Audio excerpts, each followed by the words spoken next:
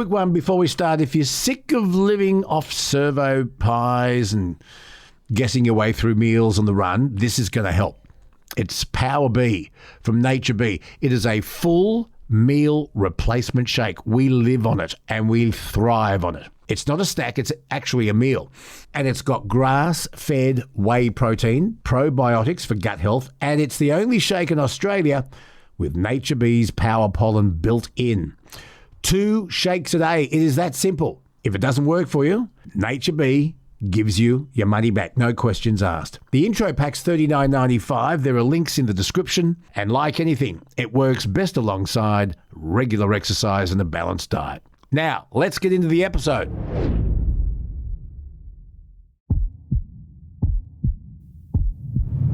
In a world where voices are silenced, one man refuses to lie down. It's about how hard you can get hit and keep moving forward. How much you can take and keep moving forward. That's how winning is done. He's been punted not once, 40 years they've been trying. not twice, You couldn't fire somebody if they were horrible, doing a terrible job. but 3 times. You're fired. He doesn't tell you what to think, but gives you something to think about. Welcome to the Bonafide podcast with Luke Boner. And he's not All right, here we go. done Hold your ears, folks. yet. It's showtime. Hey, g'day, and welcome to another Bonafide podcast where we get to talk about all sorts of things, and some things we have organised and some things we just make up as we go along, but hopefully you'll find it entertaining. And if you could like and share and do all that, Yeah. it would good help work. us out. It would help us out immensely. We've had a lot of response to a lot of what we've done recently, probably more than ever. We're getting traction. Yes, and that's all thanks to you guys. So thank you very much. Yeah. Love ya. So this is episode 82. Coming up, Chief Economist with AMP, Shane Oliver. His thoughts on, it's very sad, barbecues galore. Another iconic retailer has bitten the dust. Are they a result of the big Bunnings monster? Or maybe just people aren't barbecuing anymore. Everyone's living in apartments. No room for a barbecue. Oh, no, they are. They are. But barbecues galore that's been around for a long time is gone. But Sizzler could be coming back. In fact, it is to a couple of hotels. Whether it gets to the huge conglomerate that it was all those years ago, we'll have to wait and see. I guess the question is, why did they stop in the first place? I've never been to a Sizzler Me ever. neither. I found it interesting. I remember when I was younger, the first time I saw a Sizzler in person was in Perth. Really? I'd never seen one in Sydney before. Everybody I've spoken to that loves Sizzler says, you go there for the cheese toast. Why? Just make it at home. No, there was a Sizzler's cheese toast available in the supermarkets at one point, where you could take it home, take it out of the package and put it in your oven, or if you had a thick Yeah. enough toaster, and you got the Sizzler cheese toast home experience. All right, well, somebody that's had one of these cheese toasters, how is it different from a Jaffle? No, I don't Is know. it better than a Jaffle? You can't beat a cheese Jaffle. You just can't. I'll tell you what we'll do. We'll bring this up on the Man Cave when we do that next week. And we'll ask our panel, do you go to Sizzlers? Did you? And why do you think they went? I tell you what, the Black Stump went, which was very sad for me. I loved the Black Stump. I never ever went to a Hooters, but they stopped. No, No. not my cup of tea. No. Anyway, and I'm going to ask Shane Oliver, what is the effect on our economy if we have a public holiday the Monday after Anzac Day? Because Chris Minns has announced that in New South Wales, because Anzac Day this year and next year falls on a weekend, this year it's a Saturday. So he said, okay, you get the Monday off. I don't agree with it, but I do. Hell's yeah. You don't pay wages. I'll explain why. I think it's our most sacred day. And Yeah, so you should extend it so everyone gets a day off to enjoy with their family. you get the Sunday off. You got it on a Saturday. It's a weekend though. You get it off anyway. No. You've got to make up for it. Hold that thought. We'll come back to it. Adam Shand, our expert on crime, Real Crime with Adam Shand is his podcast, which is brilliant. And we're going back in time to a mystery that still baffles us.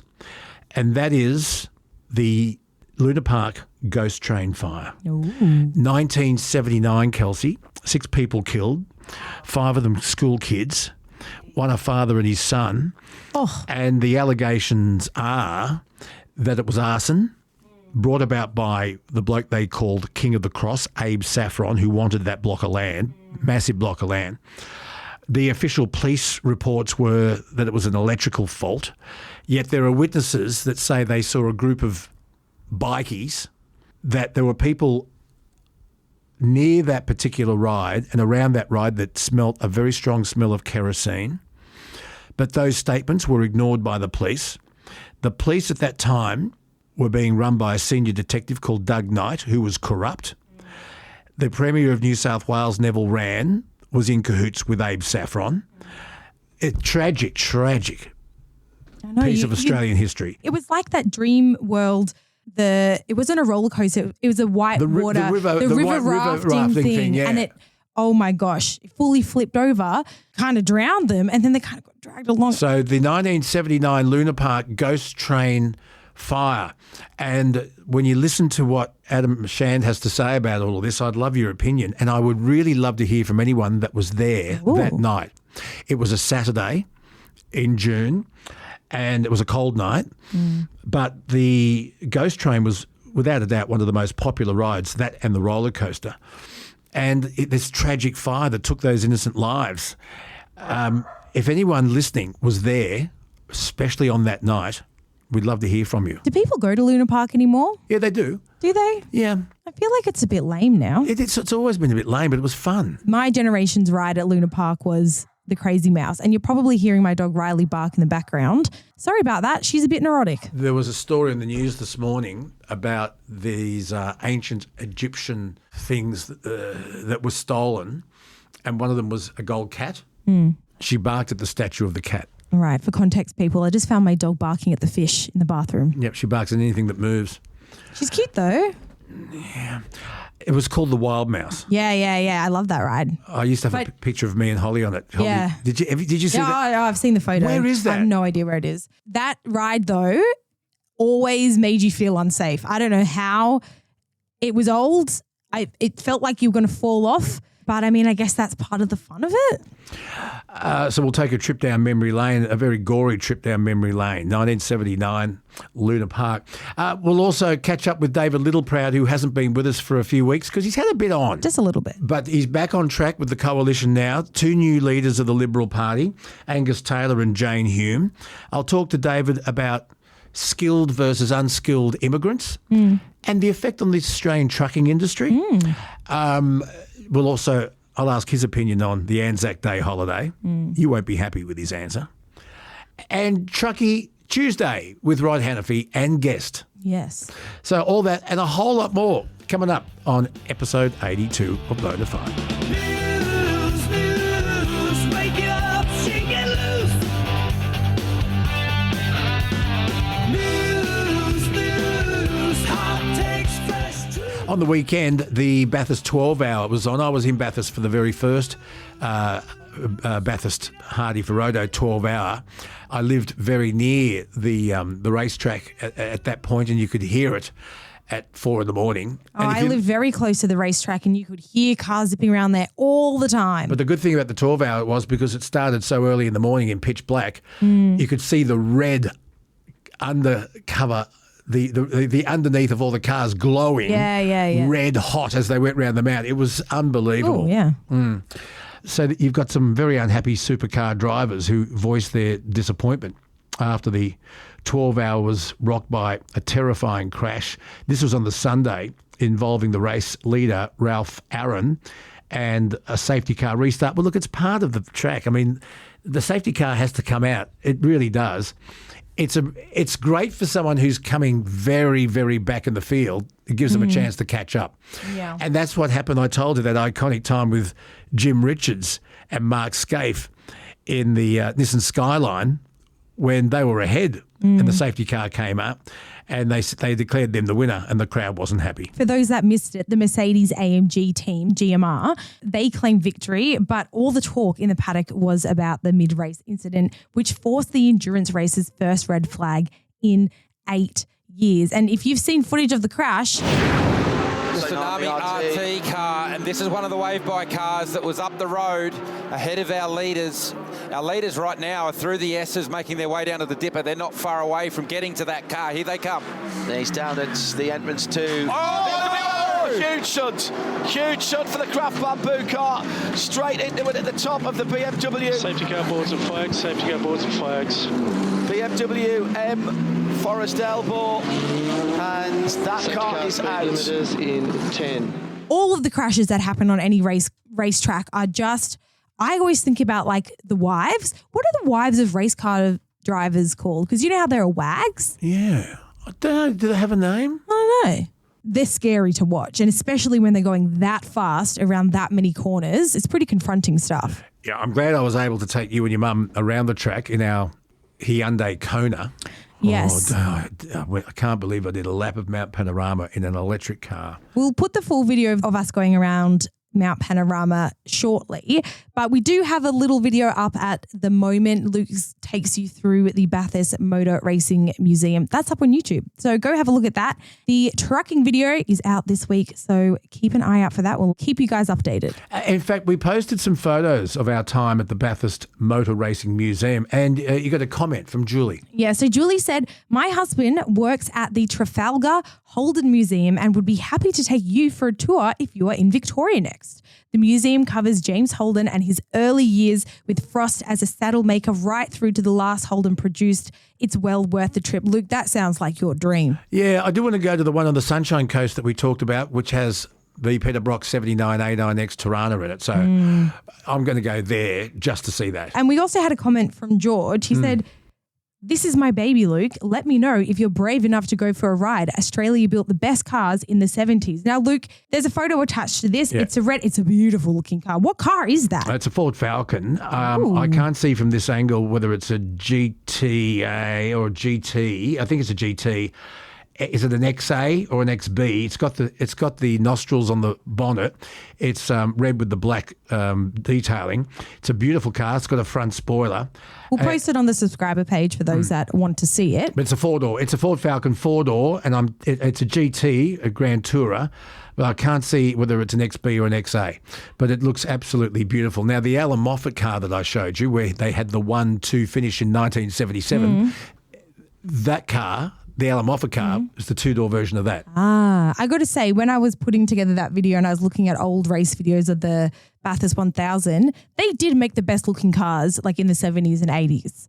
100%. I want cars that look like that again. Except my Kona. I love my Kona.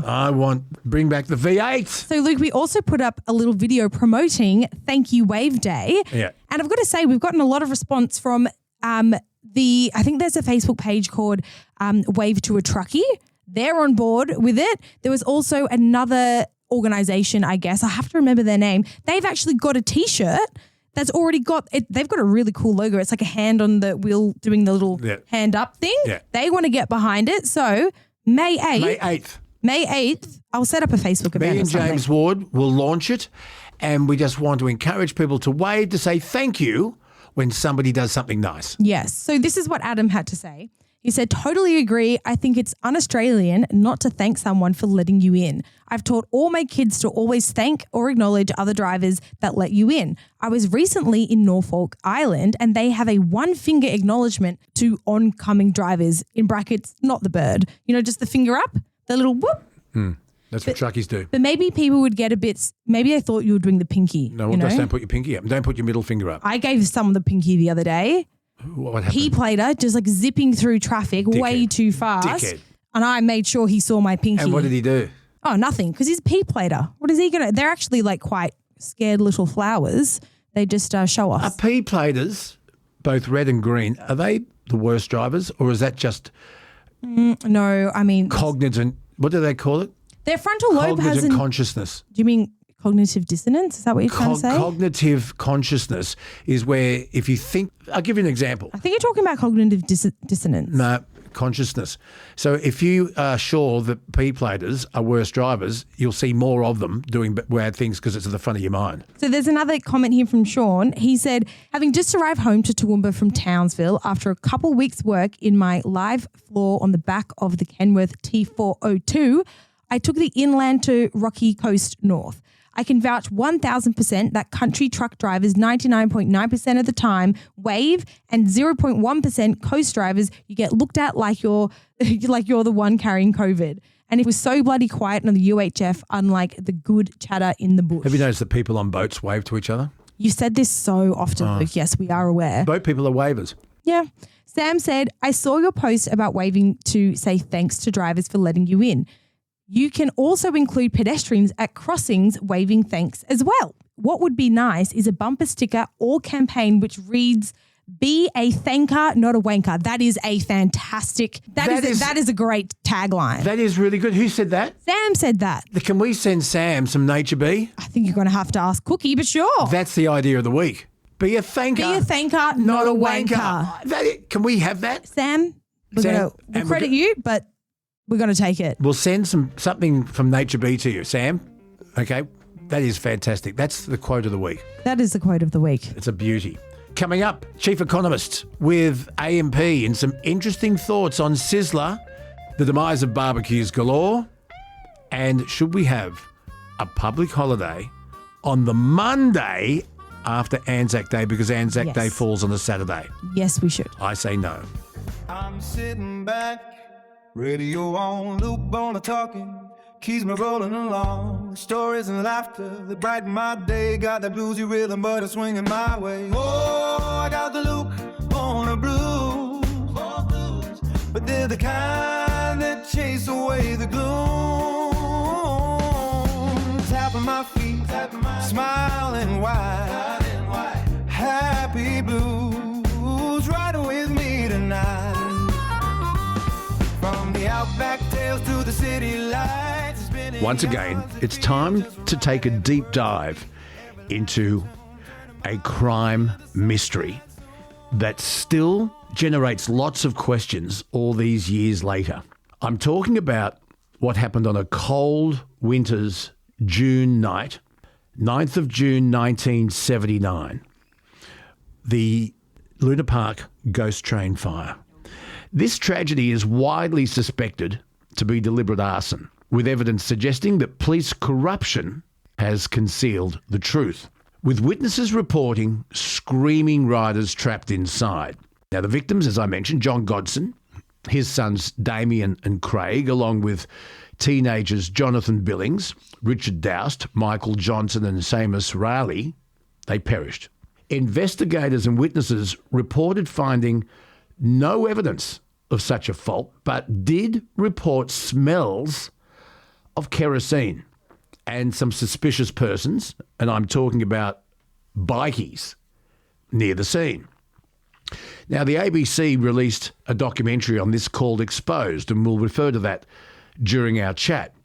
Detective Inspector Doug Knight, he was the lead investigator accused of being a corrupt police officer who covered up the fire. Another name that we've mentioned before with Adam Shand is King's Cross nightclub identity, Abe Saffron, who at the time said that he would like that amazing piece of land to develop it. Eventually it was redeveloped, and the people who won that bid contained members of Abe Saffron's family. Abe Saffron went to his grave vigorously denying anything to do with the fire. So where are we now?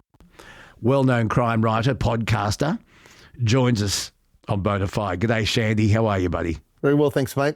Listen, your podcast, Real Crime with Adam Shand, is going gangbusters, and I understand your appearance with us here on Bonafide actually led to you being contacted by somebody who is going to provide you with more content. And we're talking about the Lauren Huxley attack. Her sister. Well, thank you. Yeah, absolutely. I think that the case of Lauren Huxley and her sister Simone Gibson, they're waiting for the parole of the heinous attacker that nearly took Lauren's life, and they're terrified about what's going to happen. I'm giving him a bit of a hand through some pro bono legal advice as to what they can expect in the parole process and whether the attacker should get parole and what's generally going to happen, because I think it's a terrifying process for people. And if people want to hear more about the Lauren Huxley attack, go back to our previous chat. Really, really interested to hear your thoughts on what really happened at Luna Park, because the evidence from eyewitnesses would clearly indicate that it was not an electrical fault, that it was deliberate arson, and there was a criminal and political cover-up. So take us through what happened. Well, I think there's a genuine mystery as to how this fire took place back in June 1979. The ABC Exposed documentary did a deep dive into what happened there, and they came up with a conclusion that the ghost train fire was a clear case of arson, and that the motive was that Sydney King's Cross identity, Abe Saffron, had designs on the Luna Park site, and that he arranged the arson by a group of bikies to set fire to the ghost train ride, which killed 7 people, and had the connivance of corrupt police to achieve that aim. I'm sort of 50-50 on this, Luke. I think there was clearly a move by Saffron to get that prime piece of real estate there under the Sydney Harbour Bridge on the north side there. But to me, the evidence around the arson is still circumstantial. The idea that a group of bikies came there and towards closing at about 10:10, set fire to the ghost train using kerosene and matches is yet to be proven. And I think there's been some countervailing evidence to that documentary showing that there isn't proof positive that this method of arson was the actual cause. There's still conjecture about that. What is not at issue, though, is the corrupt process which saw relatives of Abe Saffron take control of that site, and with an aim of turning it into residential or commercial real estate and getting rid of Luna Park. I've always found also the idea that an arson would be successful enough to close the park and then to deliver it into the hands of Saffron. I find that's a bit of a stretch at times for me, but he certainly had designs on Luna Park.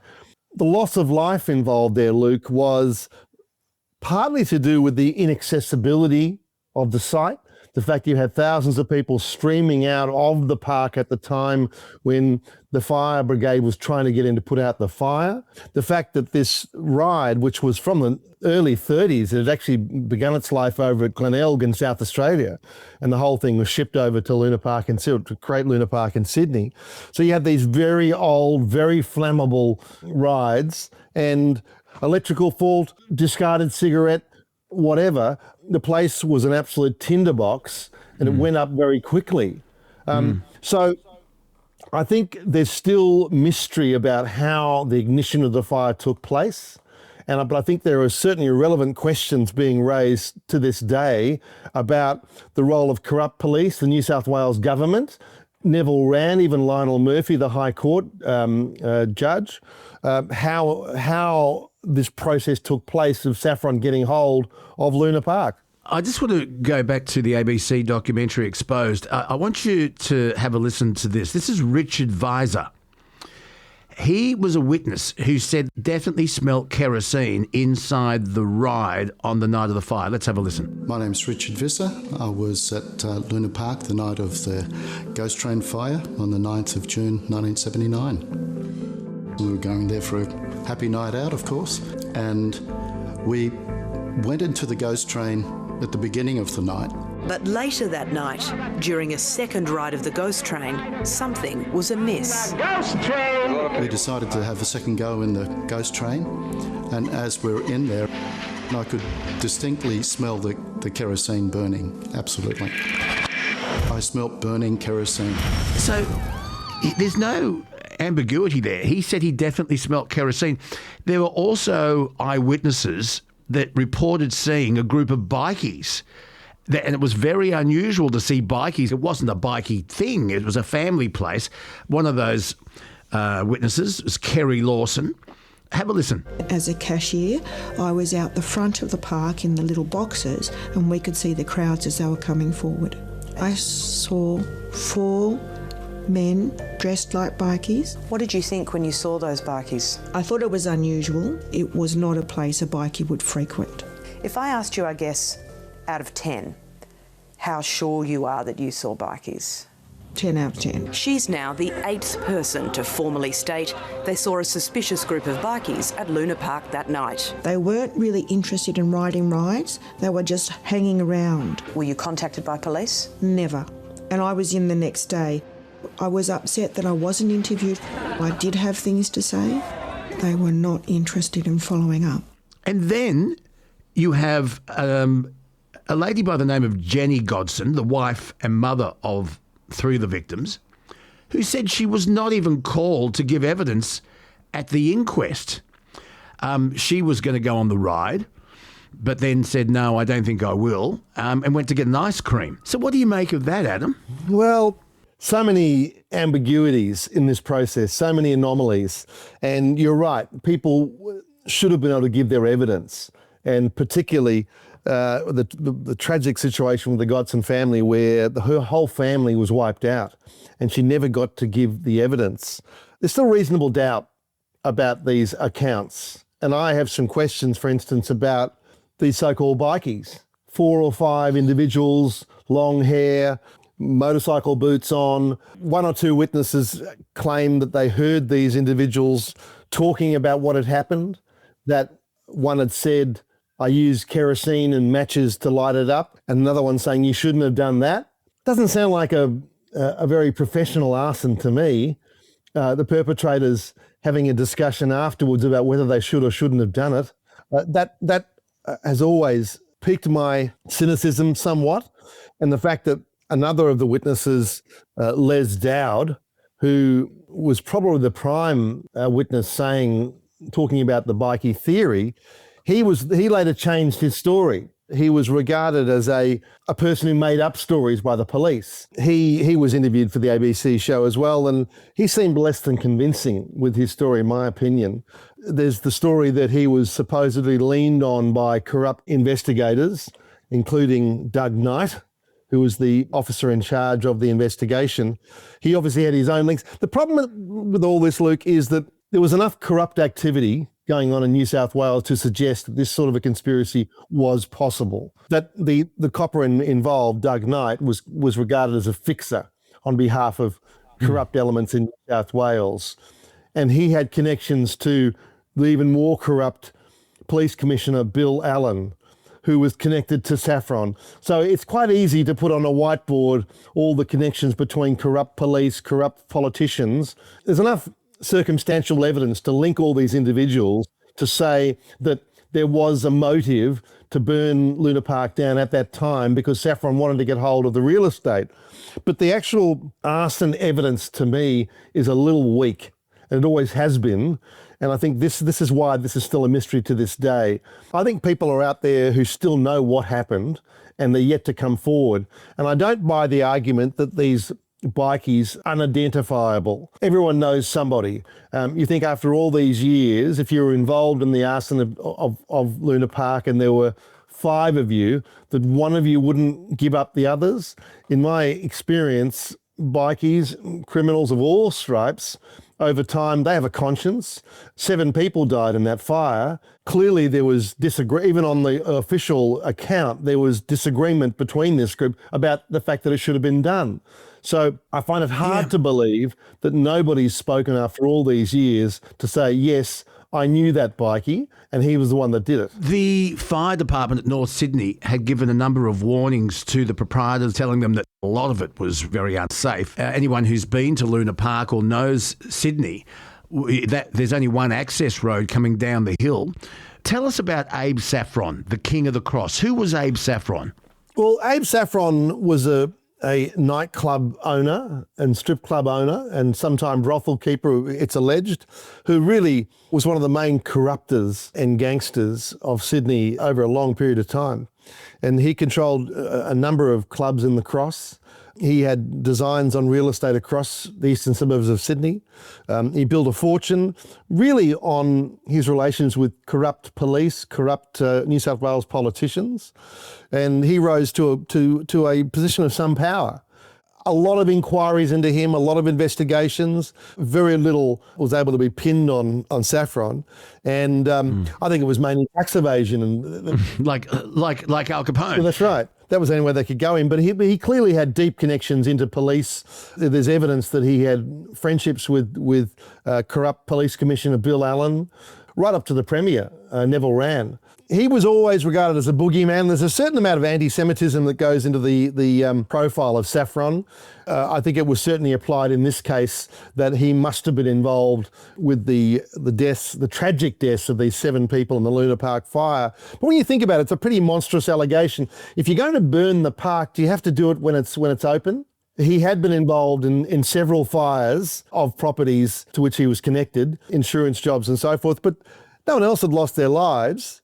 And you think of the monstrosity of a plot like this to incite a group of people to go inside the park and set fire to it while people were in the ride. Yeah, especially the odds of those victims that probably would be children.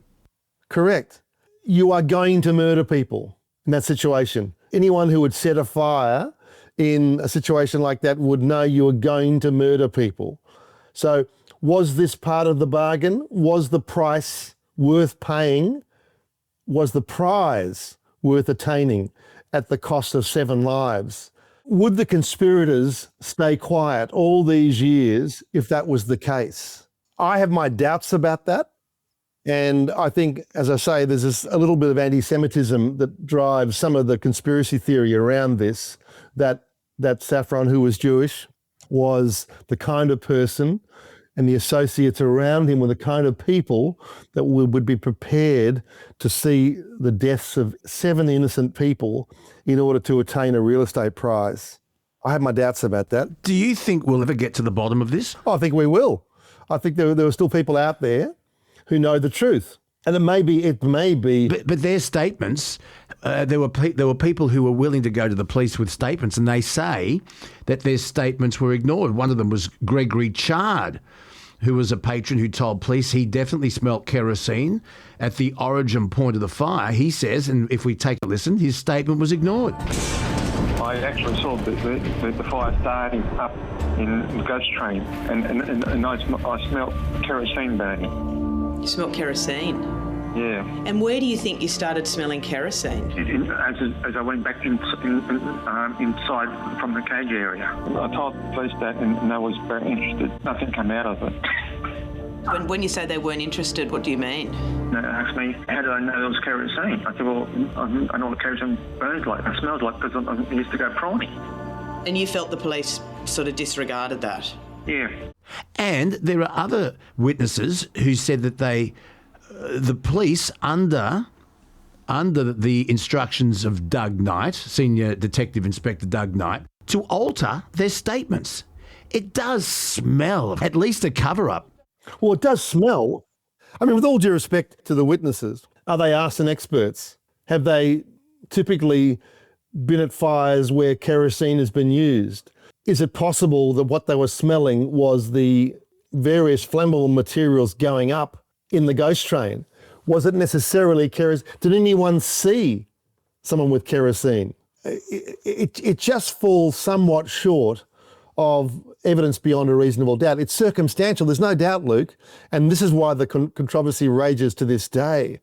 But I think if indeed someone did bring kerosene into the park and set fire to it, I have confidence that someone, even out of this program, Luke, may be listening, who says, yes, I was told something, and I'm going to come forward now and clear this up. It hasn't happened yet, and the problem is that the real estate conspiracy, the corrupt process that saw Saffron's cousin Cole Goldstein and his associates get control of the park, that's a fact. Yes. The thing is, when you work backwards from there, from this clearly corrupt process where Saffron, who always claimed he had nothing to do with the company Harbourside Amusements, which got the lease after the fire, It's funny because I actually worked at Luna Park when it reopened in the early 80s. We used to see Cole Goldstein coming in, and he was around, and his associates, and Sam Cowper, who was the financial controller, who also had connections into the Saffron empire. But we all knew this was Saffron's relative, Cole Goldstein. Lovely bloke he was, actually. But we knew that there was a connection to Saffron. I was working as a games attendant while I was at university. So we knew Saffron was involved, but somehow the licensing authorities, the police, the government didn't seem to know that Saffron had an interest, which was clearly a corrupt process. And I think what was interesting in the ABC Exposed program was the line of connection through the corrupt solicitor Morgan Ryan and his mate, High Court Justice Lionel Murphy, the Premier Neville Wran, the connections through to Saffron. There were witnesses in that show talking about the social connections between the corrupt police commissioner Bill Allen and Lionel Murphy, who, as we know, was famously corrupt as well. So it's pretty clear the fix was in. So when you work backwards from there and to say, okay, well, does the fire figure in this process? It's easy to paper over some of the inconsistencies and the annoying lack of certainty in the actual arson evidence. And I think that's what people have raised in the wake of that program, was the logical inconsistencies of the investigation that says this was arson. There was one boy who went on the ride, and he was last one on, and he was on the last carriage but on his own. And the attendant pulled him away from the ride before it entered into the tunnel. His life was saved, and to this day feels guilty. 4 of his schoolmates from Waverley College were among the 7 who perished. Jason Holman says he got in the carriage behind his mates, and when the fire was noticed, the attendant managed to haul him out. My friend engulfed in flames. They died just in front of me. I asked myself, why did I survive and not them? Why me? I ask myself that nearly every single day. Yeah, that's James Holman. Having grown up in the same area and made the same pilgrimage on the bus to Luna Park as those kids did, we all felt it at the time. I was at Cranbrook. Waverley was a school that was close to our. We knew a lot of these kids socially, growing up in the same area. And there was certainly a sense among our parents that it could have been who were at Luna Park that night. The manner of their death was horrendous. You think if this had happened today, Luke, the negligence on behalf of the operators of Luna Park, the fact that there were no sprinklers in the ride, this was an old decrepit tinderbox. It, even after the park reopened, I remember being there and seeing the Big Dipper. The Big Dipper was still the same structure as had been brought across in the 30s, and seeing bolts falling off the Big Dipper and splinters of rotten wood coming down, and working on our games and seeing the spot where the ghost train was. It was amazing that the park reopened in its same form so soon after, and some of the lessons clearly hadn't been learnt. There were accidents in the park when we were working there, nothing as tragic as this, but it was an old structure. Harbourside Amusements clearly was not a very committed theme park operator. They'd actually sold off in an auction all the memorabilia that had made Luna Park what it was, all the beautiful artworks from the 1930s and 40s, just a quick cash grab, because they thought they were going to close the park and turn it into apartments, I guess. That was there, but they were prevented from doing so because of the political controversy around Saffron's connections with it. It was a very sad and eerie place to work, to be honest, Luke. Yeah, I remember Luna Park really well. I went there many times. The first time was with my dad and my sister, and we went on that roller coaster, and I remember we were going up, and it tick, tick, tick, tick, tick to go up that first hill. And we got to the very top and it paused. And I remember Dad saying to me, "Kids, hold on tight, like Dad's driving." The rotor actor and I remember it all very, very, very well. I wonder if there's anyone listening to this podcast or anyone that knows of somebody that was there that night back in 1979, can you contact us? What are your thoughts? We'd really love to hear your eyewitness reports. I think there are thousands of potential witnesses still out there. It was a far from perfect police investigation at the time. They did ignore evidence. They did ignore witnesses altogether. And I think there are still lots of people. You think about it. You're walking into a crowded amusement park with a can of kerosene and matches. This is the theory. You go to the ghost train and you find a way to set fire to it and nobody sees you. Well, apparently people have seen the so-called bikies, but no one has seen or come forward to say they saw a can of kerosene or someone igniting it. It wouldn't have been that easy to get away with this. A crowded park, yes, it was dark. It was 10 o'clock in the evening. Maybe the arsonists were planning to do it after the park had closed. It was very close to closing. In fact, some of the people who died were wanting to go on the Dodgem cars at the time. This is the Goodson family, but they just closed it. So one of the only rides left open. It was the end of the night. They were winding down. You're right. So I guess you could say that leans towards the idea of a clumsy, hasty piece of arson. But it would be very easy to get in there after hours and set this fire. So I think if you had professional arsonists, that's what they would have done. So there's some mystery around that, and to me it weakens the argument somewhat. But the conspiracy of Saffron to get hold of the park was clearly well made, and it's hard to get away from that. So people work back towards, well, was the fire connected? And I think we're still slightly short of the evidence that proves that. This should be an open police investigation to this day. We've seen a second inquest in recent years.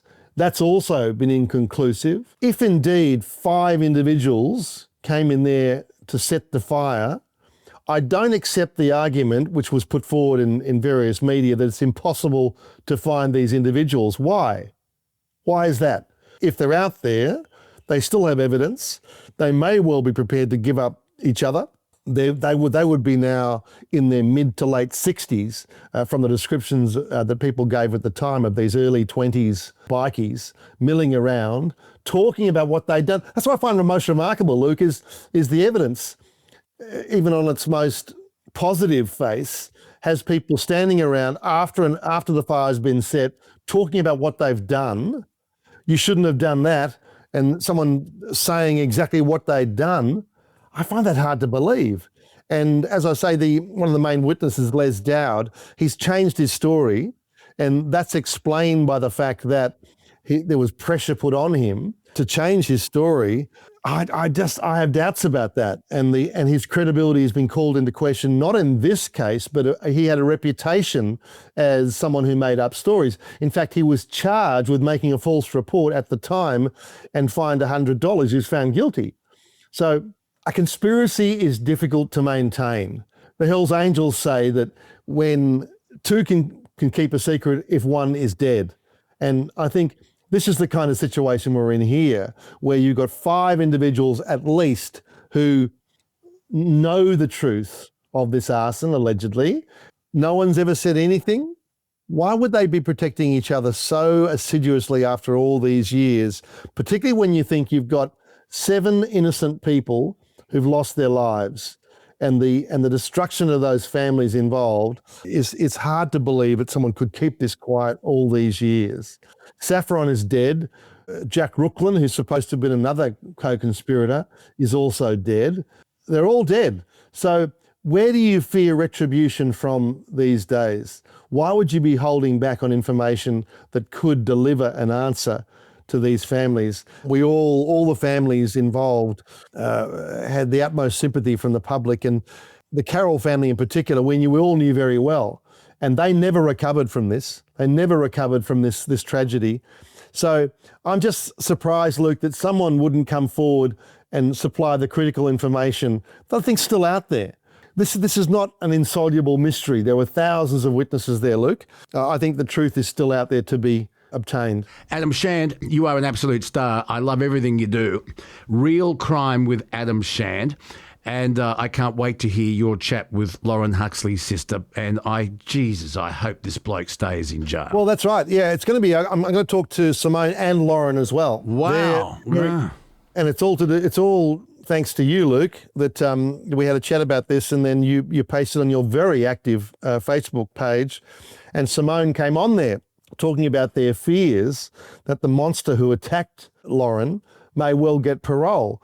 And I guess I made the point in our chat before that almost all of these monsters do get parole eventually. They are released. And the public has to be prepared for that, and particularly the families of the victims. And I still think it's an opaque process. There's not enough consultation with the families. They're not represented in the process unless they specifically asked to be and to make applications. Lauren Huxley's attacker, Robert Black Farmer, is up for parole next year. He's no certainty to get parole, mainly because he's never admitted that he did it. He's never explained why. He's never shown any contrition for what he did. So these are all things that the parole board takes into account when they consider parole applications. But it's far from certain that he will be kept in prison. But I think the families need to understand the process. And to that extent, I've actually organised some pro bono legal advice for the Huxley family to understand what's going to happen, what the limitations of the process are, and what they can possibly expect. And let's just remember that this animal, Robert Black Farmer, remember that name, folks, he was actually on parole when he committed the attack. Correct. He was on parole. Correct. No, he was a very disturbed... He's never admitted guilt, yet his DNA puts him all over this. He has never shown any remorse, and he's now becoming eligible for parole. It just beggars belief. Well, it does, and he's far from certain to get parole automatically, let's face it. But it is a fear for the family, and I really think parole should be tightened up so in these situations where there hasn't been an expression of contrition or insight, this bloke can pose a threat to the community and even possibly the Huxley family and Lauren herself. That's the fear of the family, that this guy who has a long history of violence... Let's just go back to 2005 and what this bloke did to an innocent, beautiful 18-year-old. Just take us back, just to remind our listeners. Well, Lauren was at home on her own. This bloke has apparently got into the house, attacked her, set fire to the building, and then left her for dead. He attacked her grievously and was trying to cover up what he'd done by burning the house down. One of the most heinous, gratuitous attacks of all time in Sydney, and I think it's shocked the public, and I think the family is still trying to get over it. The only saving grace for poor Lauren is that she's got complete amnesia about what happened, and therefore... Thank God, actually. Thank God. Yeah. But I think the interesting thing is, talking to the family, the impact on them, the trauma that they suffered to this day is shocking. Her injuries were absolutely shocking. Beautiful 18-year-old girl in the prime of her life got attacked like this in her own home. She's living with traumatic brain injuries. To this day, her health is touch and go. She's managed to work and lead an almost normal life, but the trauma of Farmer getting out is renewing this horror for the family. We look forward to hearing your in-depth chat on real crime with Adam Shand. Adam, you're the best in the business, mate. You're also a very, very good friend, and we thank you so much for your generosity of time once again. No worries, mate. Always a pleasure. Well, sometimes it's not, is it? You're going to come on my podcast soon, Luke. Oh, I'd love to. I'll have to get you on there. I'm sure there's a crime or two we can expose in your background. Shandy, have a great day. Talk soon. Thanks, buddy. Appreciate it.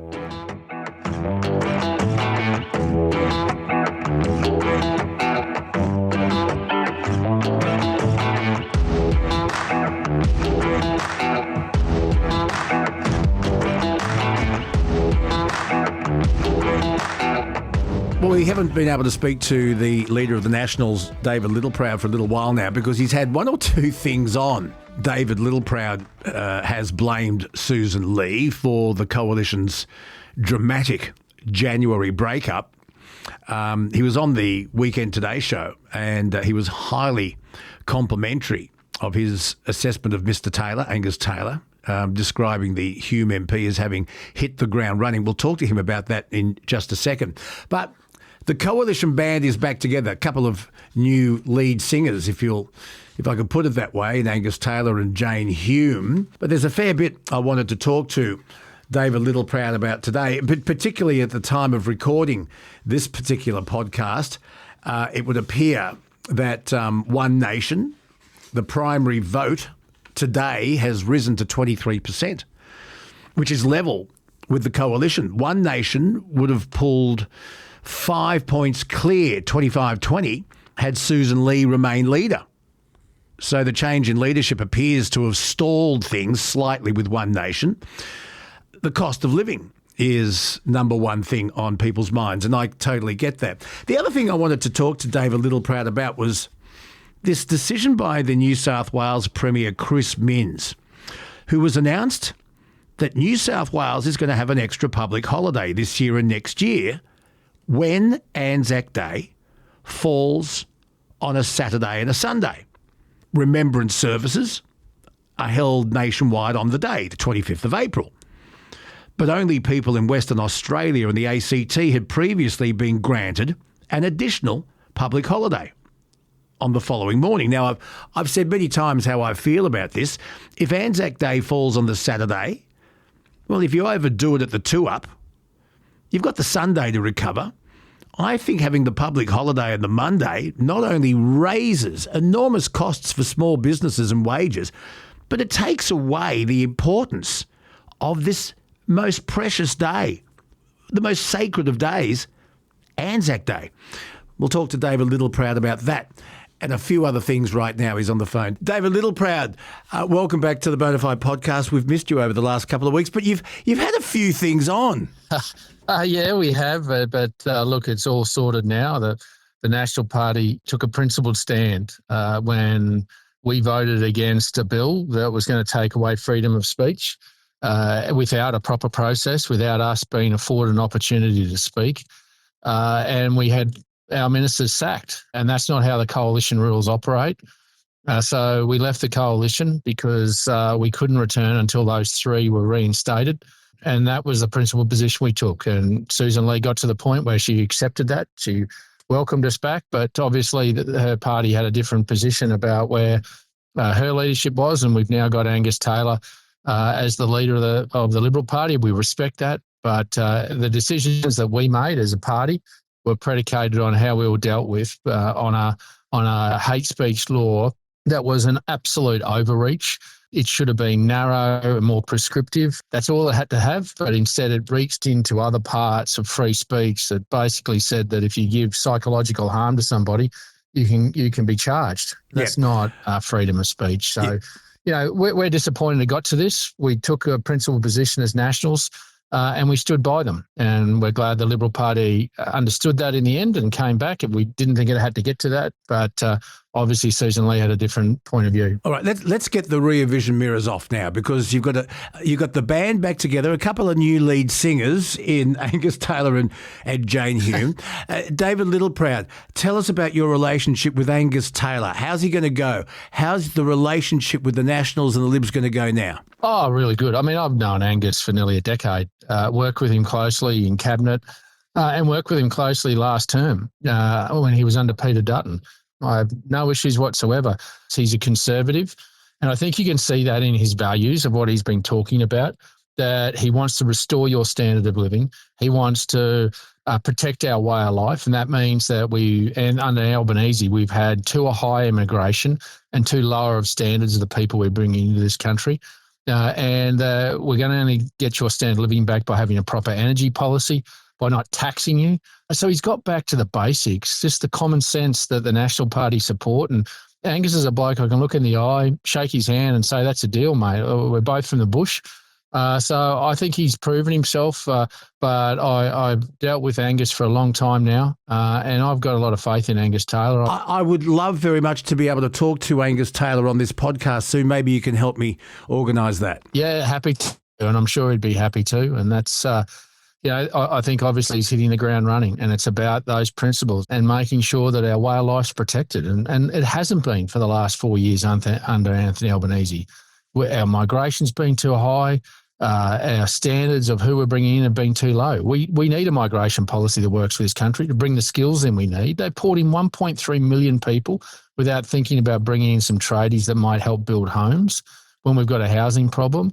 And, they've let our energy grid get out of control. That energy is the economy. It's costing us everything. And Jim's running out of your money, so he's coming after more with more tax. And that's not how you should run a government or should run a country. And I think Angus will be able to articulate that. I think he sticks to those principles. I think it'll be a pretty cogent argument to take to the Australian people in 2.5 years' time. I wanted to talk to you about skilled versus unskilled migration or immigration. And as you know, David, we have a huge reach with our Truckie listeners here on the Bonafide podcast and our mate Rod Hannifey. And we talk about housing, we talk about building, trying to encourage doctors to go to regional areas. But I just wanted to talk to you about the trucking industry. We have a problem. Existing truckies are leaving the industry, and I can go into it in more detail as to why. It's a tough industry. It's tough on families, tough on individuals, and also some of the unreasonable penalties that the NHVR are dishing out. Truckies are going, don't need this. And we've discussed the problem with unskilled drivers getting behind B-double, triple-double, road trains, where they have qualifications in one country, but they're just not up to it here, and the lack of training. Now, without truckies, the country shuts down. I mean, people remember COVID. How desperate were we for our toilet paper to get to the supermarkets? I mean, without truckies, we don't have food on the shelves. We don't have petrol under the ground at the Bowser. And we need to encourage more people to get into the trucking industry.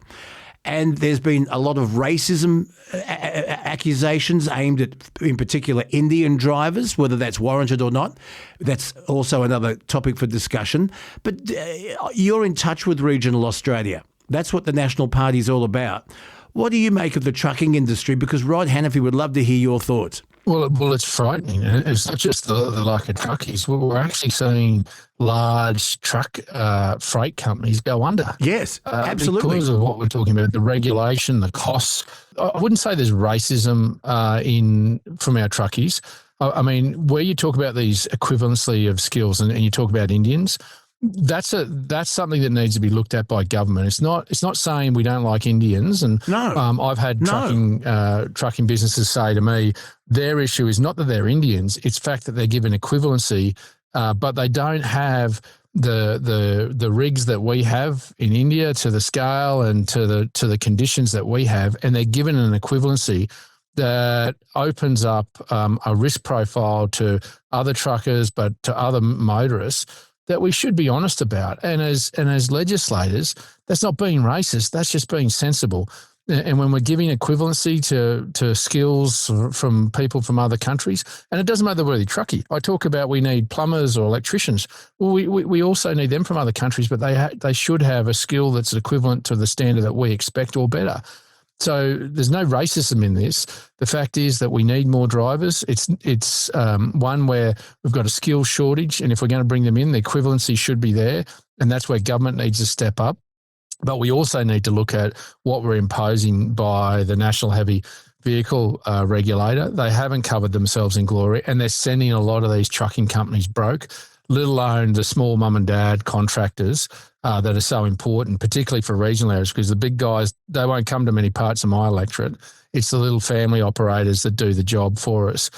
So this is where we have to get these settings right, make sure we've got the right skills, make sure the migration system works for us, but start to attack what's happening with the costs of what's being passed on.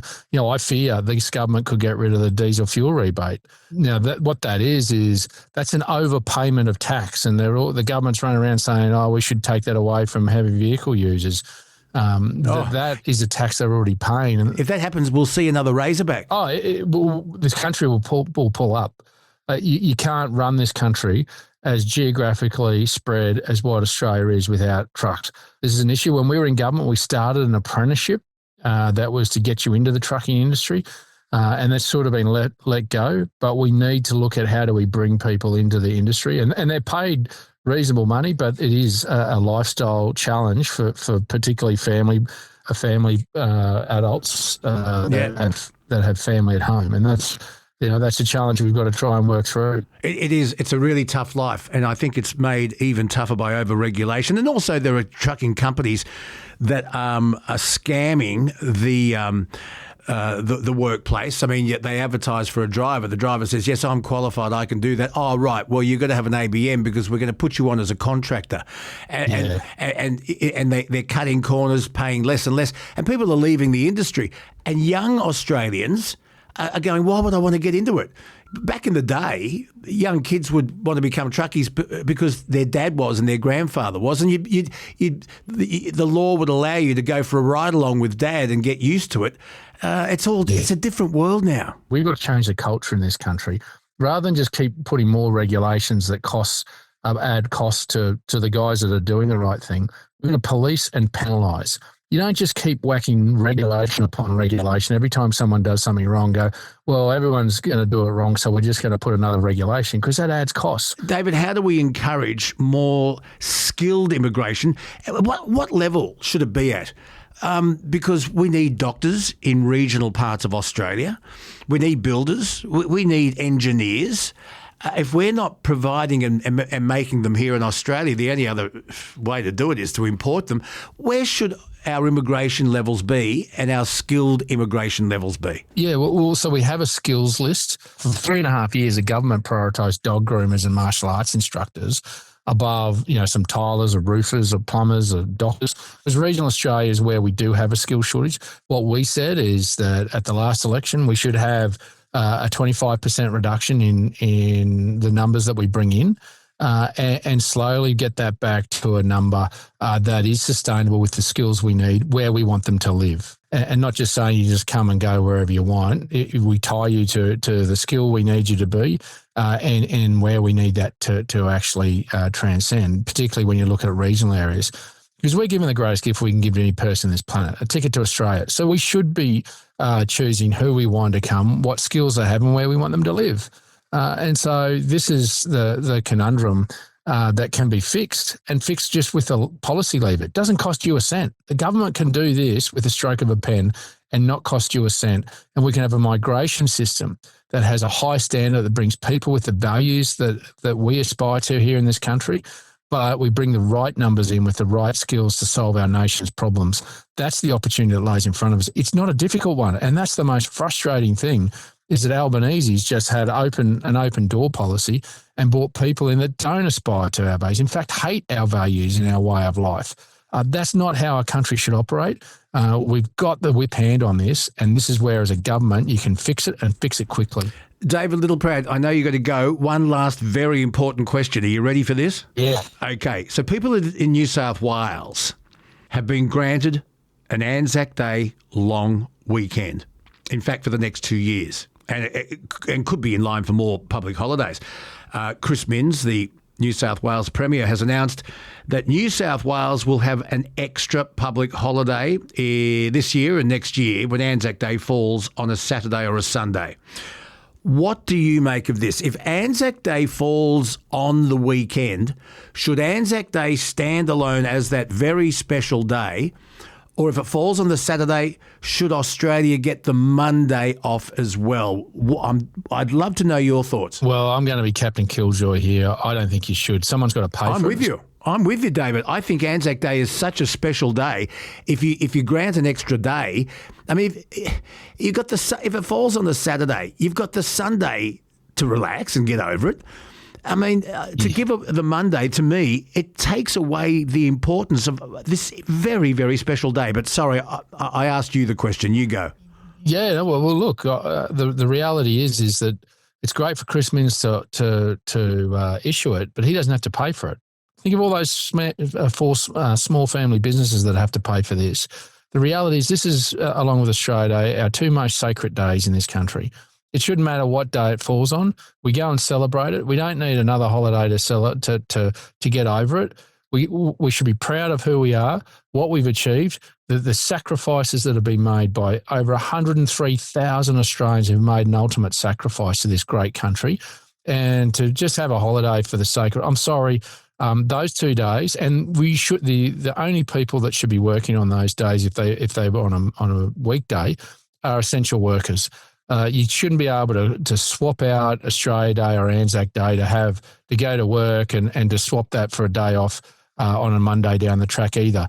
that the day that those sacred days fall on, they should be revered by this country. That's what it is to be Australian. That's how we maintain the culture of this country and the standard in this country of those that came before us to make sure we hand a society over to the next generation of Australians that we're damn proud of and we've set the standard of. That's what we were handed. And unless we actually wake up to ourselves, we're going to be handing Australia over to the next generation that doesn't have those standards, and our country will be poorer for it. So I don't care what Chris Minns wants to do. The reality is that when those Australia Day and Anzac Day fall, whatever day they are the day we celebrate. You don't need another holiday. We should be just proud and show our appreciation that we've damn well got them. Is David Littleproud Captain Killjoy, or is he speaking common sense? I'm with you on this, David. I'm with you, and I've said this all along. So I'll be hammered along with you, okay?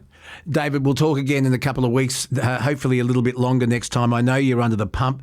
It's an exciting new era for the coalition, and let's sit back and watch what happens because, as I said in my introduction, One Nation today, the primary vote has risen to 23% level with the coalition.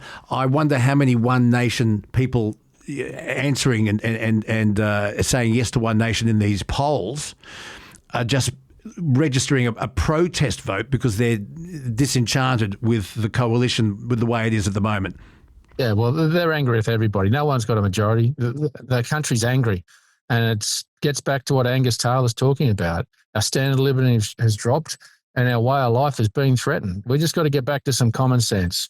We've had too high immigration. We've had too low a standard of immigration, and we got to fix the fundamentals of our energy grid and not tax our way out of it. It's as simple as that. So I think once they see our solution, they'll come back. It's an absolute pleasure, David. Talk again soon. You take care. Luke's on the desk, pushing wrong bloody knobs. Blames the glitch bitch instead of doing his job.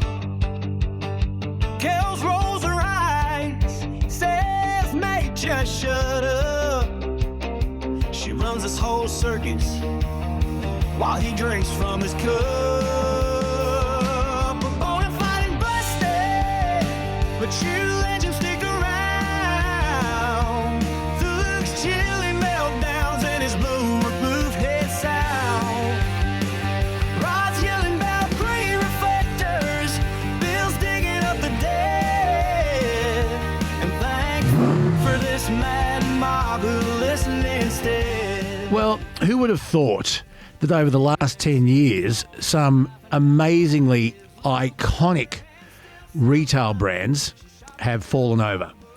We talk about Fletcher Jones with clothing, Godfrey's, the vacuum cleaning people, the Mosaic Brands Group, Rivers, Noni B, Katie's, and now we have barbecues galore. Who would have thought? Now, another brand that shut down was Sizzlers, but it appears that they're making a comeback. Or are they? Is it going to be the massive chain it used to be? And what cost to our economy if Anzac Day gets an extra public holiday on the Monday, which is now happening in New South Wales? Our expert on all things economics is Shane Oliver from AMP. He joins me now, Chief Economist. How are you, buddy? G'day, Luke. How are you? Very, very good. First of all, let's talk about this iconic brand, barbecues galore, and about 500 jobs look like going. It is an iconic outdoor living retailer, and it has collapsed with voluntary administrators and receivers appointed amid dire financial struggles. I've got to ask you this, Shane Oliver. Is this another case of the big guys, Bunnings, knocking out the competition? What do you put this down to? It's a bit sad, isn't it? Look, it's certainly a bit sad to see companies that had been well established for many years suddenly go under. And, we get attached to them. It's not necessarily the case that we're in there every day buying barbecues. We're certainly not. We'd probably buy a barbecue once every 10 years or something. But we see them every day, and they're part of the landscape. When you're driving down the road or going to the shops, you see these companies around over the years. Sizzler, which looks to have come and gone. Godfrey's, Jeans West, I think, was another one. All those brands associated with Mosaic, the company that went under a couple of years ago. was it Noni B, Rivers and so on. And suddenly they're all gone. And that does affect your psyche to some degree that they're gone. But in that sense, it's a negative. It's sad. It's sad for the workers involved. It's sad that this brand could well be no more at this stage. Hopefully it's gone into administration, so hopefully it won't necessarily be liquidated. They'll find a buyer or it'll be restructured and come back in some other form. So hopefully it's not as negative as might otherwise be the case. I think the other side, though, is that it's part and parcel of the way the economy works. We operate in a free market. Free market capitalism is known for, I guess, creative destruction. New technologies come along, new ways of doing things come along, and people adjust to that. It's the same with everything that we move across. You know, it's a bit like you think about Woolies and Coles. They used to be just specialised grocery stores, and then you would then go to the fruit shop nearby and the butcher nearby and the baker nearby as separate stores. Then, of course, they worked out, well, we can do this under one roof and we could probably do it more cheaply than the baker and the butcher. And so consequently, those businesses in many cases have disappeared. So if I think about the suburb I live in, we used to have, I think, 2 or 3 butchers and there was 2 or 3 fruit shops, and they're gone. They're subsumed into Woolworths. Yeah, but so is that predatory pricing? Because at my local shopping centre, when we first bought where we live now, there was this fantastic family-run greengrocer, and the quality was superb. And all right, let's talk real life for a second. Most of us don't fall off the wagon because we're lazy. It's because we're busy. Long days, weird hours, grabbing whatever's closest. That's where Power B comes in. It's a proper meal replacement. It's chocolate in flavour. God, it's delicious. It actually fills you up. And it's built with premium grass-fed whey protein, probiotics for digestion, vitamins, and Nature Bee's Power Pollen for energy and overall well-being. It's not about starving yourself or doing anything extreme. It's just 2 shakes a day to replace the meals that normally throw you off track. Simple, consistent, done. They've got an intro pack for $39.95 and it's backed by a 100% money-back guarantee. So you're not taking a gamble. There's no chance in this. If it doesn't work, they give you your money back. But it does work. Have a look at naturebee.com and always use it alongside a balanced diet and regular exercise. I noticed that if they had bananas for $2 a kilo, Woolies had them for $1.50. And they've shut down now. It's completely gone. And it was right next to Woolies. It was to the left of the entrance to Woolies, where it is now, at our local shopping centre. You can't compete, and you can't compete with Bunnings. They're enormous buying power. I mean, Bunnings is there to rule the world. Bunnings, I've got to say this, there's enormous choice, and I do like the fact that they employ older Australians, ex-tradies that really know their product. They know where everything is, and they know the right drill bit, they know the right nail, they know the right everything. However, the opposition, and I don't know how Mitre 10 has been able to survive, but all those little hardware stores are gone. But it's not just the hardware stores, Shane. It's pool suppliers, because Bunnings does that. It is lawn mowers. It's garden centres. I mean, timber yards. You name it, Bunnings has got it covered. And yet they are one of the most respected brands in Australia. And they do something that's so clever. I've been in radio and marketing all my life. And that Saturday sausage sizzle is a stroke of marketing genius. So they get the local clubs, the Nippers, the Rotary, the Apex, you name it. They're there manning the sausage sizzle. And it gives you a sense of community. Everyone associates Bunnings with the sausage sizzle. And as a marketing strategy, absolute genius. Oh, it's absolutely brilliant.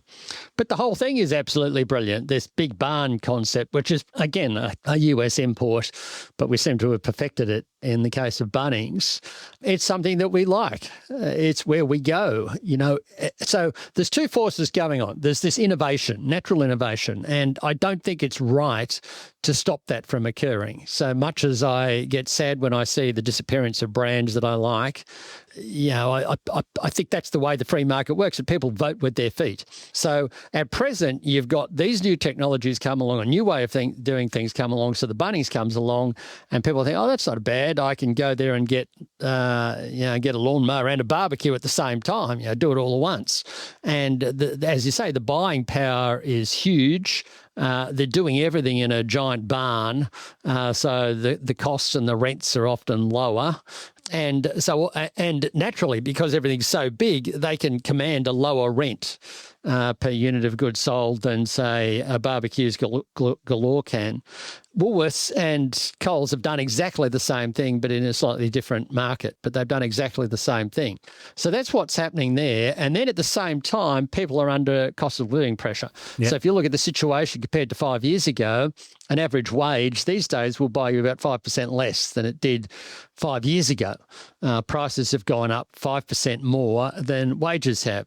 And so people are feeling, to borrow that term which is overused, they're feeling under the pump, but I want a new barbecue. Where can I get it from? If I go down to Bunnings, I'll pay a lot less for it.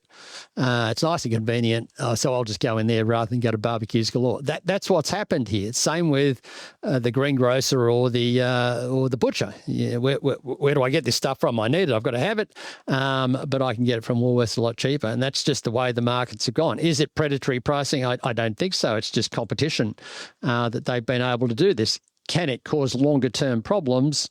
Potentially, as these places get a sort of monopoly in their local area, and that's something that regulators, governments have to guard against. But by the same token, it's unfortunately just the way the world operates, that these businesses come along and they come and go. Now, what's happened in the case of bakers, I think bakers is an interesting one, because you could say, well, almost wiped out the bakers. I remember a time when the bread was delivered to our house. That was the milk. And so it was the milk. My dad would run up in the morning, because it was in a milk bottle with a foil top, and he'd get the foil top off and skip all the cream out. And then it would come and we'd never get the cream. But anyway, those days are long gone. Maybe the cream isn't good for you or something like that. It's funny, because my daughter rents a property on Sydney's northern beaches, and it's one of those beautiful old brownstone 3-story walk-up buildings. Right, yeah. And when she moved in, she said, "Dad, what's this square box for?" I said, "Well, that was the bread and milk cupboard.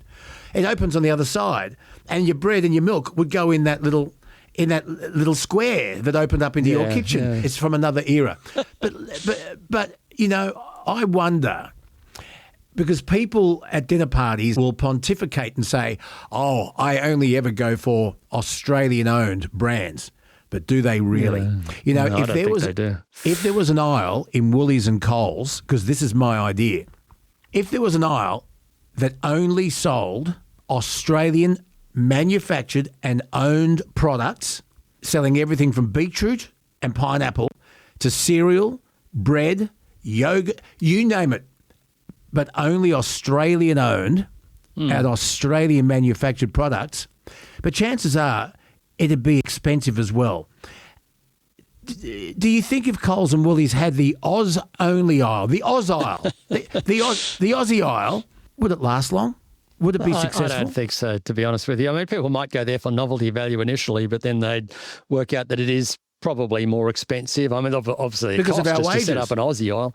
But I remember Dick Smith. If you go back a few years ago, there was a bunch of Australian brands that were disappearing overseas. Arnott's was one of them. Then you think about Vegemite, was initially owned by Kraft Foods. Then he set up an Aussie brand with a flag on and all that sort of stuff. But then it's very hard to make that stuff successful because people don't buy that way.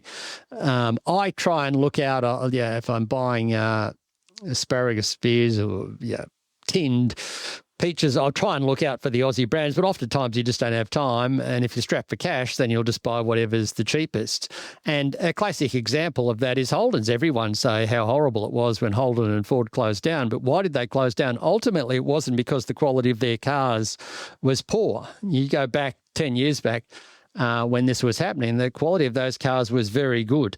And I can attest to that because I'm still driving one. But the trouble is that Australians voted with their feet. That they wanted a particular type of SUV, and that was made overseas. And so gradually they lost more and more market share to the point that it becomes eventually uneconomic. The Aussie dollar didn't help them, being strong at the time. So the reality is that people don't do this. They don't buy Australian. They say they do, and they say they want to do this, and all very good. But then the reality is that they don't. They go with their feet, and that's what happened. But what about iconic Australian brands? But what about the same? Yeah, bands are the same. What about iconic Australian brands where people think they're Australian and they're marketed as Australian, but they're not? And I'll go to a staple, beer. Yeah. Now, you look at VB, Carlton Draft, Carlton Dry, Cascade, Pure Blonde, Crown Lager, and even Foster's, and some of the acquired brands, Four Pines, Bolter, Pirate Life, Mountain Goat, even Great Northern, and people think, oh, these are iconic. They're not. They're owned by two Japanese breweries. Yeah. One is Asahi, and the other one is Kirin. They're both Japanese companies that own these iconic Australian beer brands that are advertised to us as Australian. But Coopers is the last big one. But they're made in Australia, aren't they? That's the key thing, where they're made. But they're owned by Japanese breweries. I know, yeah, there's a perception. But Vegemite was still made in Australia, and Tim Tams, I think Arnott's is still owned. I don't know who owns Arnott's. I lost track of that one. But even when they were owned by foreign companies, they were still made in Australia. So they're still generating jobs in Australia. And that would be the case with most of those beers, as far as I can recall. Vegetable oil and list are made in Australia, and that's the key in terms of jobs. It's not so much who owns them. Well, Dick Smith hates Aldi, and Aldi employs a lot of people, fewer than Woolies or Coles. They've streamlined a lot. But Dick Smith hates Aldi because the shareholders it's German. And he says all the profits leave Australia. And he reckons they don't pay the right tax. But anyway, I've spoken to Dick about this a lot, and he's very passionate. And I was a big fan of Dick Smith's Aussie brands, and he couldn't compete. He said, I just couldn't compete, couldn't do it. But let's get back to... even Holden's, when I was buying Holden's, it wasn't an Australian company. It was General Motors US. It was General Motors. But what motivated me partly was that it was made in Australia, and I kind of like the shape and everything, but it was still made in Australia and for Australians. They did export them quite successfully at points in time. But I think the key is being made in Australia. But at the end of the day, we're all citizens of the world, so whether it's made here or made there doesn't ultimately matter. The key is, if we've got a decent living standard. Okay, that's the economist in me talking. That's a really interesting point. Do we care more about where our products come from because we want a decent living standard and we want to pay people correct wages, or at least honest wages? So barbecues galore, very, very sad, possibly another victim of the big boy Bunnings. But I wanted to talk to you about... Where do you go to? You go to Bunnings. You love the barbecue, the sausage sizzle. No, but I do go to Johnson Brothers at Mona Vale. Well, they have a sausage sizzle as well, don't they? I'm not sure, but of course, Bunnings. We got two Bunnings in our postcode, for Christ's sake. That's right. So, and the Minister for War. Hey, listen, I don't go to Bunnings. I go along with the Minister for War and Finance. She knows where everything is. And she does it. But yes, it's Bunnings because of the huge choice. Let's go to another iconic brand that disappeared but could be making a comeback. Sizzler. Everyone is very excited because Sizzler apparently is set to make a grand return to Australia. And this is 5 years after the much-loved chain closed its final restaurants back in 2020. The iconic 90s buffet is apparently going to be opening at Minor Hotel's new NH Collection Hotel at Sydney Airport in Mascot, and they say they have plans to expand to other locations. Tell us, Do we get excited? I have never, ever been to a Sizzler, and everyone I've spoken to said you go there for one reason, for cheese toast. Shed some light on this. Why did they go in the first place? Well, I just think they went out of fashion. It's a lot of these things come and go. In Australia, they were quite big for a while there. I think it came to Australia in the 90s, although it was actually set up in America, as a lot of these things were. They can perfect consumer products in the US very well. And so a couple in LA, I think it was, or Los Angeles, came up with the idea back in the 1950s. So it's actually, it's had a long history. And then, of course, 1958 it was, back in California, by restaurateurs Dill and Helen Johnson. So this is around about the time McDonald's came along as well. And it did take off in Australia, like those black stump, what they call black stump steak I was going to talk about the blacks. We had one up here, up the road, and I love the black stump. Yeah. I never went to a Hooters, and Hooters didn't last. Hooters had two operators. One was Hooters Inc., which ran the huge global organisation, and there was Hooters USA, the original guys that started Hooters, and they were allowed, when they sold it, to operate a Hooters in Chicago and Florida. But Hooters, the big draw card there were the skimpy girls in those uniforms that they had to wear. And maybe they lost touch with the modern woke society we're in, and there was exploitation and sexism being thrown at Hooters. But Sizzler, do we get excited or not, Shane Oliver? I'm not that excited, although I can see some advantage in it, because in these pubs where it goes in, it could offer a degree of consistency across them. And so if you are a Sizzlers fan, you go to one pub, then the next one might have similar style food, and that could be seen as a good thing. To be honest with you, I think I only went to a Sizzler once, and that was like 30 years ago or something, 1994. I can almost remember when it was. But so it's not something that I would get overly excited about. I'd probably be more excited if the black stump was coming back. That's probably more of a thing. I loved it. The prawns wrapped in bacon, how good were they? That's right. They wouldn't do that sort of thing these days. On a skewer with a special sauce. Oh, yeah. I miss the black stump. So have our eating habits changed? Well, they have. Every aspect of hospitality was hammered during COVID, and to survive COVID, you had to have some deep pockets to survive, didn't you? Yeah.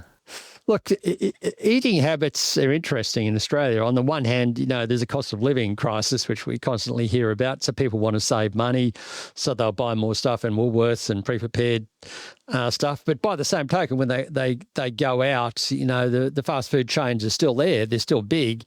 But we have seen the rise of a lot more in the way of specialist operators and restaurants come and go. So they're still not starved for choice. But the ones that always seem ultra successful and seem to be able to make a go of it are the I guess, cultural based restaurants. The Thai, the Chinese. Yes. They're just a constant. As long as they've been here, like in my suburb, we had a Chinese restaurant, I recall, back in the late 60s or early 70s, I think it was, and it's still there. One's come and gone, but others constantly fill the space, and there's usually 2 or 3 Thai. So they're constantly popular. Vietnamese is extremely popular. Isn't it? Yeah. So that's probably where the action is. To be honest with you. When I worked at Triple M in the centre of Sydney at World Square, you know where I worked? Yep. Okay. You got locked out of there once we were supposed to do an interview and you were locked outside. Because I left my pass inside and I had to get security. Don't start. Gee, you've got a memory. God, you've got a good memory. But the most common retail shops were the chai tea places with the bubble tea. Yep. It used to be on the corner of the Spanish Quarter and Chinatown, and the Chinese restaurants were going in and replacing them with Thai restaurants, Vietnamese restaurants. Korean barbecue was huge. Illegal tobacco shops, probably one every 100 metres. Yeah. Thai massage, one every 50 metres. What else you got? Where are we going with this? I'm just saying how Australian, and a lot of shops with for rent signs in George Street, opposite the cinema even. But you'd say that was a golden strip for retail, and so many shops closing down. Yeah, but that's a fairly common story, unfortunately, because people have increasingly gone online to do their purchases. Yeah. So that makes it really hard for retailers Yeah. Now, the big barn places, they hang in there. It's like an event. You get your sausage sizzle and so on. But a lot of the rest are still struggling. If I think about my suburb, a lot of the boutiques come and go, the restaurants come and go, there's constant turnover. And it used to be the case that there was no vacancy, but now there's regularly 3 or 4 or 5 shops which are for rent, for lease. But it just reflects the changed nature of retailing in Australia. It's dramatically altered compared to many years ago because people have this online option they didn't used to have. Shane Oliver, Chief Economist with AMP, with his thoughts on a couple of interesting topics. Last one for you today, Shane Oliver, Anzac Day. Chris Minns, the New South Wales Premier, has announced that the folks will be granted an Anzac Day long weekend this year and next year because Anzac Day falls on the weekend. This year it's on a Saturday, and he has said, well, you can have the Monday off and we'll declare Monday a public holiday. I don't agree with this. How do you think this is going to affect our economy, particularly the strain on small businesses already doing it tough? If they open on a Monday, they're going to have to pay extra wages. Yeah. What do you make of Anzac Day falling on a Saturday and granting the folks a public holiday on the Monday? Look, it does come with a cost. There's no free lunch here. You can't just declare a public holiday, which means you got leave loading, public holiday loading for hospitality staff and so on, without expecting a cost. So it will come with a cost. Look, to be honest with you, I'm more in favour of it than you are. I used to like Australia being the land of the long weekend. I think we will still be celebrating Anzac Day, which is a sacred day for Australians. And last year I had the pleasure, if you call it that, it was a kind of depressing event to go there, but at least I got there to go to Gallipoli in Turkey, and was amazed at what I saw there. But and how just sad it would have been trying to defend that, trying to get past the Turkish soldiers at the time. It would have been a horrible event. But nevertheless, it is something that I think about quite deeply every time Anzac Day comes along, and the sacrifice that my forebears made for Australia. And so I'd still prefer that to be on the day. But I think it still will be on the day. But if I think back 30 years ago, we used to be called the land of the long weekend, and I thought that was a good thing, that we had these days like Australia Day, like Anzac Day, but if they were on the weekend, then the nearest Monday would be declared a public holiday. Yeah, which I kind of think was a good thing in a way. And when you add up the number of public... But you're not paying people's wages, Shane. I know. But when you add up the number of public holidays in Australia, they're not that many. If I think about Singapore, they get a holiday for virtually every religion. In Australia, we only get religious holidays for Christianity. We don't get Diwali and all the other ones like they do in Singapore. If I think about the US, they're even on holiday as we speak. They've got a public holiday coming up, and I don't know what it's for, maybe President's Day or something or other, but they have public holidays all the time over there. And I kind of think there's even calls for Melbourne Cup Day to be a national holiday. It is in Melbourne. No, it shouldn't be nationally.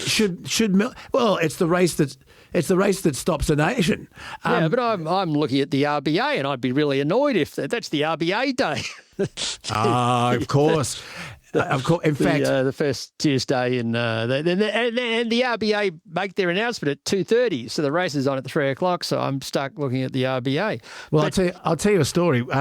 Back in the day, because I'm not too sure now, I don't understand the ratings system for commercial radio anymore. But back in the day, the ratings results would always come out on a Tuesday.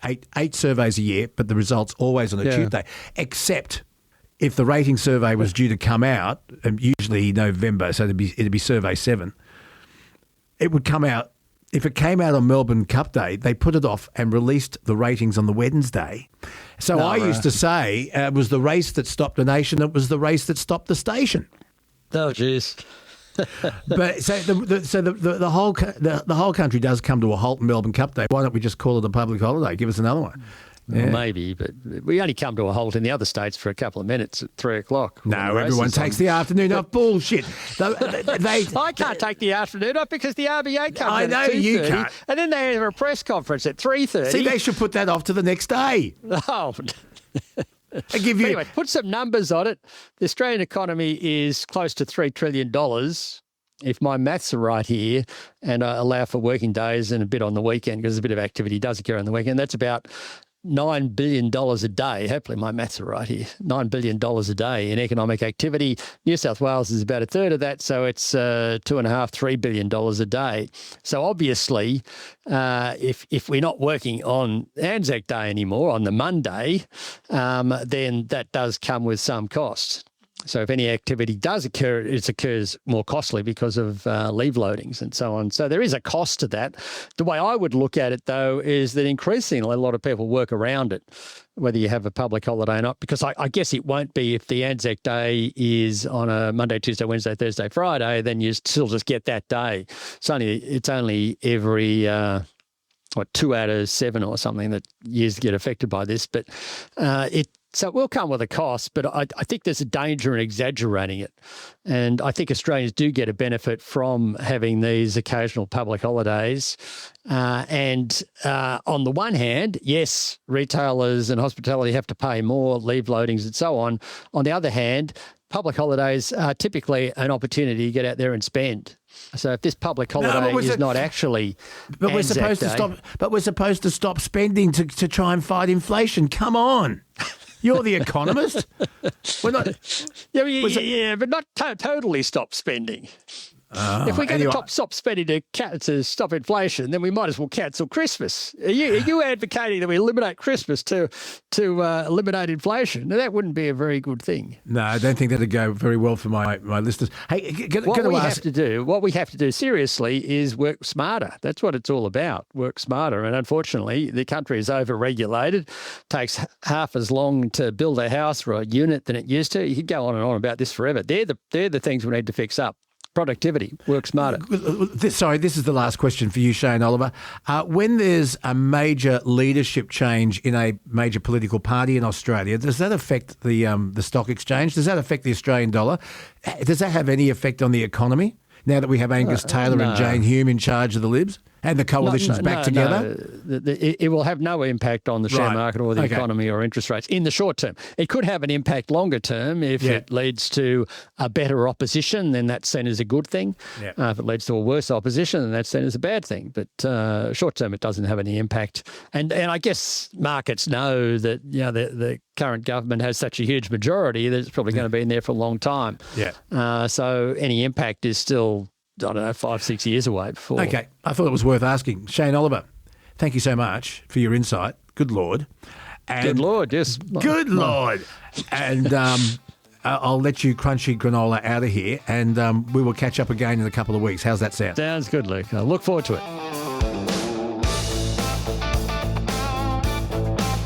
Got your diesel engine running. Head out on the highway humming. Miss the road, kill but keep coming. Another Truckie Tuesday coming. In the cab when you switch 4 lanes. Don't you brake, check me in my prime. Australia moves with freight and chains. Trucks will get there right on time. Listen to the air horns blowing. Dip your lights from high beam blowing. XPL will keep you knowing. Thanks to Rod, the wheels keep rolling. On the highway, driving all day. Through the night when traffic's slow. Hauling goods across the state lines. We are always good to go. Without trucks, Australia stops. Driving hard around the clock. Never ever giving up. Drive safe tonight. Drive left-hand side. Okay, it's time to go trucking again with Rod Hannifey, the road warrior. And we've had a very interesting time with Rod in Dubbo, you may have heard by now. I think many of you have seen the photo of me exiting the passenger side of Rod's Kenworth, and it's not a pretty sight. Rod Hannifey, we're going to introduce a special guest in just a second, but first of all, I need to check in with you. Thank you so much for accommodating myself and the Millennial last weekend in Dubbo. Thank you very much for making the effort to come out, mate. We've been sort of planning it and trying it for a long time, and one day we'll do a serious trip. Maybe Kelsey will have to come because we might not survive, or you might not survive 10 hours. Maybe Kelsey will have to come and do a trip and record it all, because we did go for a run down the road and you did feel a few bumps, but it's not the same as living in there day in, day out, mate. And that's sort of where we struggle to get people to understand those issues, because they don't do it, so they don't care. It was fascinating, and my God, you're a long way up, and it's a long, long load that you're pulling behind you. The skill that you have, Rod, is amazing. Mate, I claim to be one of the most passionate truck drivers. I don't claim to be the best. There are blokes out there that have done more and done more miles and done bigger things than I have, and yet none of those skills are recognised by the public. We're just a truck driver to many, and yet, as you say, until you get in there and you see it, and we didn't even look at how to, put the load on and get the weights right and be compliant and all of those things. And you add that on top of, look, back in the day of ACA, when we used to pilot these missiles, these deadly missiles down the road, which was the headline they used, mate, they certainly didn't do us any favours. And, of course, some of the public fear the trucks. And we're not all perfect. We make mistakes too, mate. But, the bottom line is, if we taught people how to share the road with trucks, to give us a little bit of room, to have a little bit of empathy and understanding, we would save lives from that day forward. It was also an absolute pleasure to meet Fergo and his lovely mum, Jackie. I've got to tell you this, Nicky and Jackie have become best mates. God, they don't stop talking. Well, that's good to hear, mate. That's good to hear, because, of course, his mum drove 8 hours. Having heard that you were coming out to visit, she rang me and said, would you mind if we dropped in and said hello? And I said, geez, mate, if you're going to drive him 8 hours in to do that, there's no doubt we can fit you in and make you welcome. And I'm glad that we did, and you certainly did the same, and Kelsey, Luke. And, of course, then they turned around and drove 8 hours home. So if half of our drivers had that passion in their lives again, we'd have a different industry. Well, they didn't turn straight round. They stayed the night, and we took everybody out to the Golden Dragon for a Chinese meal. I love a Chinese meal, but I don't know if I'll be going back to the Golden Dragon. A succulent Chinese meal. What sort of meal? A succulent Chinese meal. But it was great, and it was so good to meet Fergo and his mum, and to get a little taste of what you do for a living, Rod. Now, Rod, you've organised a very special guest, because we have often talked about the lack of facilities that truckies can avail themselves to. And we have found Joe. Well, you found Joe, and Joe is on the line. So, Rod, introduce us to Joe. Joe, welcome to the Bonafide podcast. I was running up and down the Pacific Highway last week, and at Moorlands there is a truck stop, and it's known as the Tucker Wagon. It's been there for many, many years. It's got an excellent reputation up and down the road. And it's one of those few where many of the staff know the patrons. Blokes go there regularly. They get looked after. And whilst, we don't necessarily understand Joe's issues, and I don't mean Joe personally, but I mean, the issues of running a truck stop and the way that how we interact and those things, as you say, Luke, we've spoken about we need to get their side of the story. So having stopped there for a meal, which I very much enjoyed, I spoke to Jo and asked her would she be prepared to come along and have her say, and she's joined us today to do that. So thanks for the time, Jo, and mate, thanks for running a place there that looks after us, one of the few that are left. No worries. I try my best. So you said to me that initially you worked in the service station part, and what you saw an opportunity, or the bit beside was vacant, and you decided you'd take it on. So what made you make that big leap? Well, they closed it down. It turned empty, and then I just seen potential because I've seen the volume of trucks that were coming through, getting fuel, needed somewhere to eat, shower, rest up. So I went, I'll give it a go. So how long have you been running it now? So we've been here for 6 years now, just going on 6 years. Where exactly are you, Joe? Whereabouts is your truck stop? So it's 99 Jericho Road, Moorland. Where's that? and it's north of Port Macquarie. It's South just of Port Macquarie. South, sorry. Yeah, I was going the other way. It's just a tiny little village, really, on the side of the road. So you've actually got to take the Moorlands turn off either way. There is a sign either way for the Moorlands turn off. If you're going northbound, you go underneath the freeway, come up the other side, and about 1 kilometre down to the village, what there'd be maybe 10 or 20 houses that I can see. There may well be more off into the scrub there, but you only see sort of a few on the highway. And virtually the only commercial operation there is the servo and the tucker wagon, which is beside it. If you're coming southbound, you come off, there's a roundabout, and you come up the same way. So you can't see it from the road. You've really got to know it's there. But, of course, blokes that have been running the Pacific for many years certainly do. And there was a time a while ago, Luke, where the council, when the road was when Moorlands was bypassed, because it was part of the old road, there was a time there when the council said, we're not going to let B-doubles go in there. Now, it was the old road, so it was a B-double routed road, and the council said, no, we're not going to do it. There had been an issue across the road with a gentleman who didn't like trucks parked there, and there's certainly signs asking people to turn off fridge motors and things like that at night should they stay. But you've got to know it's there, and once you do, well, parking, there's probably room for 3, 6, 9, maybe 10 B-doubles. Maybe 10, a couple more if you're really lucky and you squeeze in here and there. So parking's a bit of an issue at times. You've got to be lucky. If you get in there at a popular time, you might have to look for a spot.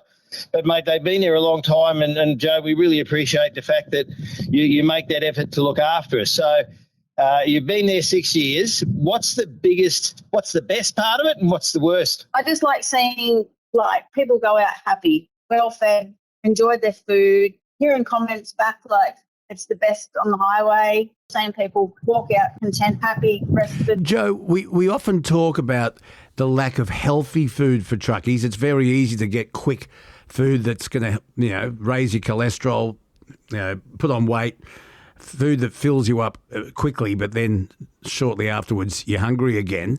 So how did you figure out what to put on the menu, and what sort of healthy options do you have? I looked at what was there previously, and I thought, well, every man and a dog can stop at no regard to McDonald's or KFC or anything.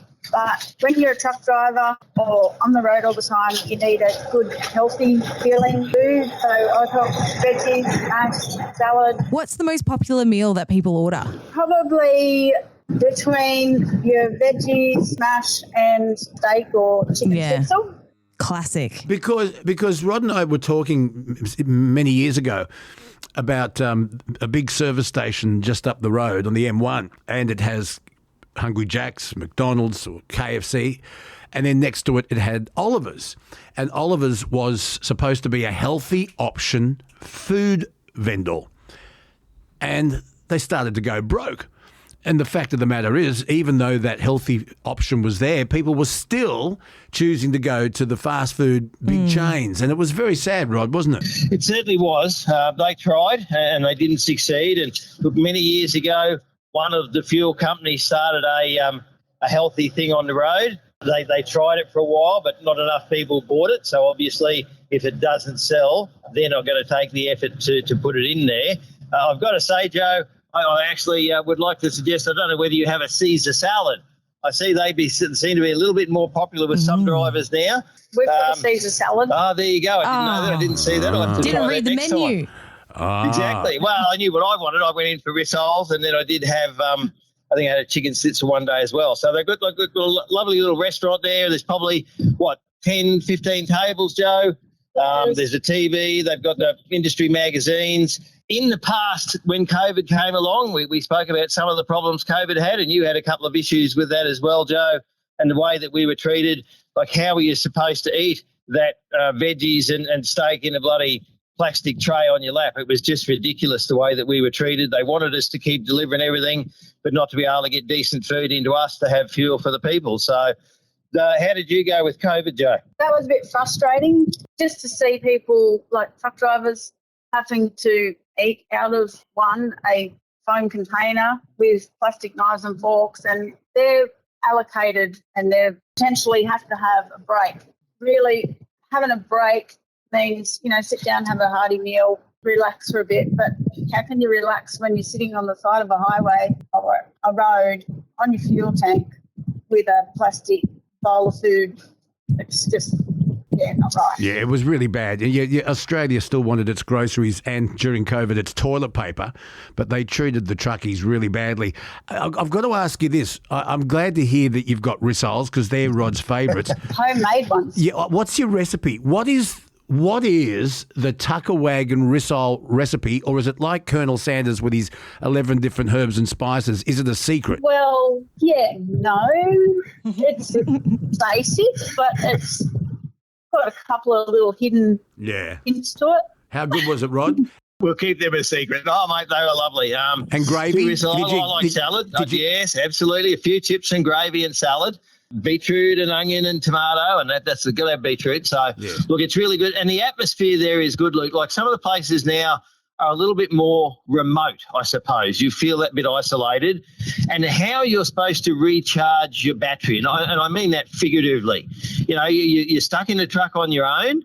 You've got, the road, you're watching, your stress levels are up all the time, watching for idiots trying to kill you and all that sort of stuff, and what part of the road's going to fail and how you avoid it. But you sit down there, it's a close, friendly atmosphere. I had one bloke actually ask me, are you Rod? And we had a chat. I had another bloke sit down and share the table. He actually said, mate, not many seats left. Can I share the table? Yeah, mate, good on you. And you say g'day, and that's something that's been lost. And that's where the Tucker Wagon is one of those few that has it set up just the right way. You don't have to sit beside someone and hold their hand and ask how they're feeling, but you can if you want to. And it's one of those few places left like that. So, look, I've got to say, Joe, we really appreciate what you do, but is there anything particular? Like, do you have a problem that the drivers can help with, or is there something you would like us to do better? Not really, because I do say 99% of the truck drivers that come into the place, the most wonderful people ever. They're always polite, always respectful, and I'm a big believer in if it's a give and take thing, you be respectful and polite, we do it back. That's good. You don't have anybody stealing your shower heads, do you? Oh, yeah. No, not yet. Thank goodness. Oh, my God. Hey, can don't anybody do it now because we raised it. Joe, can I ask you, do you do doggy bags? Yeah, sure. Yeah. Perfect. You got to, especially if it's a T-bone, you only want half of it. They're very large. Interestingly, I put up just a short clip of Rod and Luke in the truck, a little teaser, and there were comments on there, Rod, saying that your cab was had too much stuff in it. But I was thinking when I saw it, if you've got nowhere on the road to stop and do all that, you kind of have to make your truck your home. You kind of have to have all of, the things in it that you would if you were camping almost, and it's your home. Yeah. I don't get that type of criticism. Comment. Look, there's two sides to it. There are one, and the newer trucks have a big info display that has everything on it, whereas mine's got all the old gauges, but then I've added 4 or 5 different things. So I have different sponsors, checkway scales and others that provide things, and that means another display so I can check me weights. I've got one to use mapping and that sort of things, and not everybody has them. And particularly if you're in a company truck where they buy it at the cheapest price, you just get the basic. That's to do with all the tech stuff. And then, of course, I've got a fridge in the middle. Now, because I have a big cab Kenworth, you can't reach the fridge under the bunk. Look, in a normal Kenworth, your fridge is virtually at arm's length and grab a drink as you go along. I can't reach that, so I've put a big fridge in the middle. And I've actually had, even Fergo said, mate, how do you get into the bunk? Now, you only get in and out of the bunk once at night and once in the morning. But I want to be able to grab a drink or grab a snack or, grab a biscuit or something as I drive along. So, yes, it takes away some of the room and it might look a little bit congested, but, mate, I'm the one living in there, and if you don't like it, you don't have to get in there. I didn't ask you, Joe, how much for rissoles, gravy, chips and salad? $28. Rissoles, chips and salad, and then we're giving you option of adding the gravy and the bread and butter. That decides on us. I'm sure you would see lots of truckies pull up, right, at the truck stop. Yep. Are the skills of truckies parking all the same, or have you seen some doozies? Oh, there's all sorts. There's all sorts. You see it all. There's a lot of variety. I must admit, Luke, the bloke looked at me rather strange. I said, I'll buy a 2-litre bottle of milk and give us a couple of squirts of chocolate flavouring in it, because by the time you buy 2 litres of milk, it lasts a lot longer than a coffee. That was me, actually. Yes. Oh, well, I did it again the other day, mate. You weren't there when I stopped on the way up on Thursday, so they looked at me rather strange. No, That is strange. No, that makes perfect sense. When Kelsey's mum and I went to school, our tuck shop, this is back in the 70s, Kelsey, one of the options was a pint of milk in a glass bottle, and you would get a little plastic cup, like a shot size, with flavouring. And you had 2 to choose from, strawberry or chocolate. Yeah. So you had to carefully get the lid off, scull a bit of the top of the milk, pour your flavouring in, preserve the top, because that had to go back on and you'd shake it. Yeah. And that was a big staple of our tuck shop at Narrabeen High. Yeah. So, I don't know why we didn't have chocolate milk. But don't know, a new invention, I guess. Yeah, milk and flavourings. I'm with you. Yes, no, I stopped there on Thursday on the way up, Joe, and you weren't there, but that's all good, mate. So, look, I really appreciate your time. I really appreciate the service that you provide for us. And, mate, that I hope that it continues to serve you well and that the truckies do the right thing when they're there. No worries. Thank you, Joe. Well, there she is, Jo from the Tucker Wagon. Where is it again, Rod? Look for the Moorlands and you can phone ahead. Now, Rod, time for the mailbox. We've got a message here from Mickey. G'day, Luke and Millennial. I'm going to attach a picture which could go with your Truckie Tuesday. What it shows is a service or slip road as you come out of the Masonite Road round at the Heatherbray heading southbound. That's where they make the pies. Oh, there you go. Yeah. I got wiped out of that roundabout nearly. It was frightening. Yeah. Anyway, as I drive buses for a living, I couldn't access my stop where I had a passenger waiting, who even advised the driver the bus was approaching and he kept walking, not wanting to care. My passenger had to hop on in the middle of the road, and then I had to manoeuvre between the two. It's becoming quite regular and common now, and this was during the PM peak. So, Rod, this is a bus driver. Yes. And he seems to be having some issues where trucks are parking. What do you think about that? Mate, he's right. But what he's saying is that's the problem, that there is nowhere else to park. So I loaded within a kilometre of that site the other day. I've been past there. I've never actually driven up that slip road, but there is a servo there. There is fast food. And if you've missed Moorlands on your way south, you've virtually got nothing except a couple of truck stops. The one at Beresfield's on the wrong side. You've got to go and do a great big loop to get into that. The little fish and chip van that used to be there, used to be very popular. It's disappeared with all the roadworks. I don't know where it's gone or whether it'll come back. But the problem is, if you're in a truck and you've got nothing else to eat, you've got nothing from there to Wyong, so you've got at least another hour sort of on the road, depending on where you've come from, and then you're going into Sydney, and there's nowhere in Sydney until you get there, and then you can't get a park at Eastern Creek, et cetera, et cetera, et cetera. So I feel for him, and then I'd ask our blokes to try and do the right thing where they can. But, of course, if there's nowhere to park, they think, oh, I'll only be here a minute, and I'll run in and grab something and I'll get out of the way. And perhaps they really haven't considered the problem with the bus drivers. So, if you can do the right thing and leave the bus stop empty, that's good. If we knew what the timetable for the buses were, well, we might be a little bit more understanding. But, if a bloke's turned up there's no bus, he thinks, I'll only be 2 minutes. And, of course, Murphy's Law is the bus will turn up while he's there. So I apologise to him for the inconvenience, but I ask that he has a little bit of empathy because he gets to go home and have a decent meal and sleep with his wife or his family and visit them and watch TV, and we get to sit in the truck. We've got a message from John. Hi, Luke. If you're doing a story about the state of the trucking industry, given all these recent companies going broke, well, one reason is because it's not an even playing field for the honest operators. Example, I did 2 tar cutter changeovers in a single trailer for a Sydney container operator. He didn't induct me into his payroll. I don't have an ABN, and that was not part of our discussion, nor would I have worked under such an arrangement. I assumed I'd be paid award wages. I worked on January 29 and 30. Despite several polite follow-ups of the whereabouts of my wages, the owner, a family business, has been evasive. There is no skill in running a trucking business when you can get away with not paying employees for work they have done in good faith. Imagine an Aussie family business stealing wages from another Aussie family. Not saying he's done that yet, but the normal pay cycle has passed and I am still chasing. Makes me sick, and that's the last shift I'll ever do in a truck. I'm a retired airline pilot and now a retired part-time casual truckie. Rod, your response? And when that happens, we lose another bloke who's obviously had the skills to do the job. I must say he assumed, we know where that leads you, and that's where he is, and we hope that he gets paid for the job he's done. That's only fair and reasonable.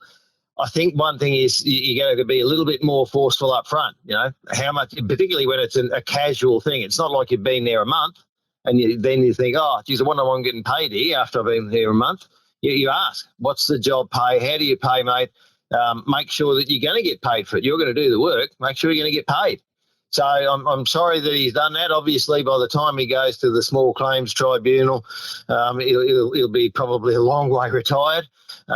Whether we should be able to report those people if that's the case, if that's the way the bloke's set up. And look, we discussed Ron Crouch's setup.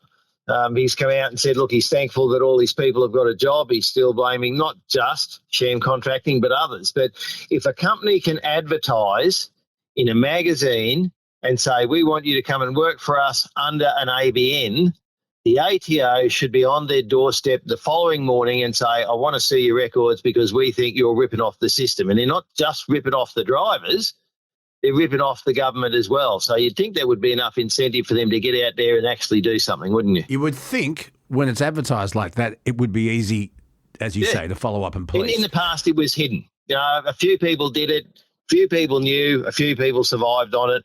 Now it is so blatant.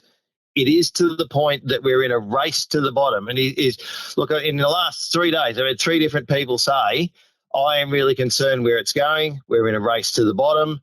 The costs are going up, and yet the returns are going down. That's why we are losing these companies out of the industry, and it scares me who's going to replace them if they do get replaced at all. Some truckie news, Rod. Pickles announces a receivership auction for liquidators. Pickles has announced it will manage a major transport sale involving more than 80 assets for a transport operator that has appointed a liquidator. What do you know about this?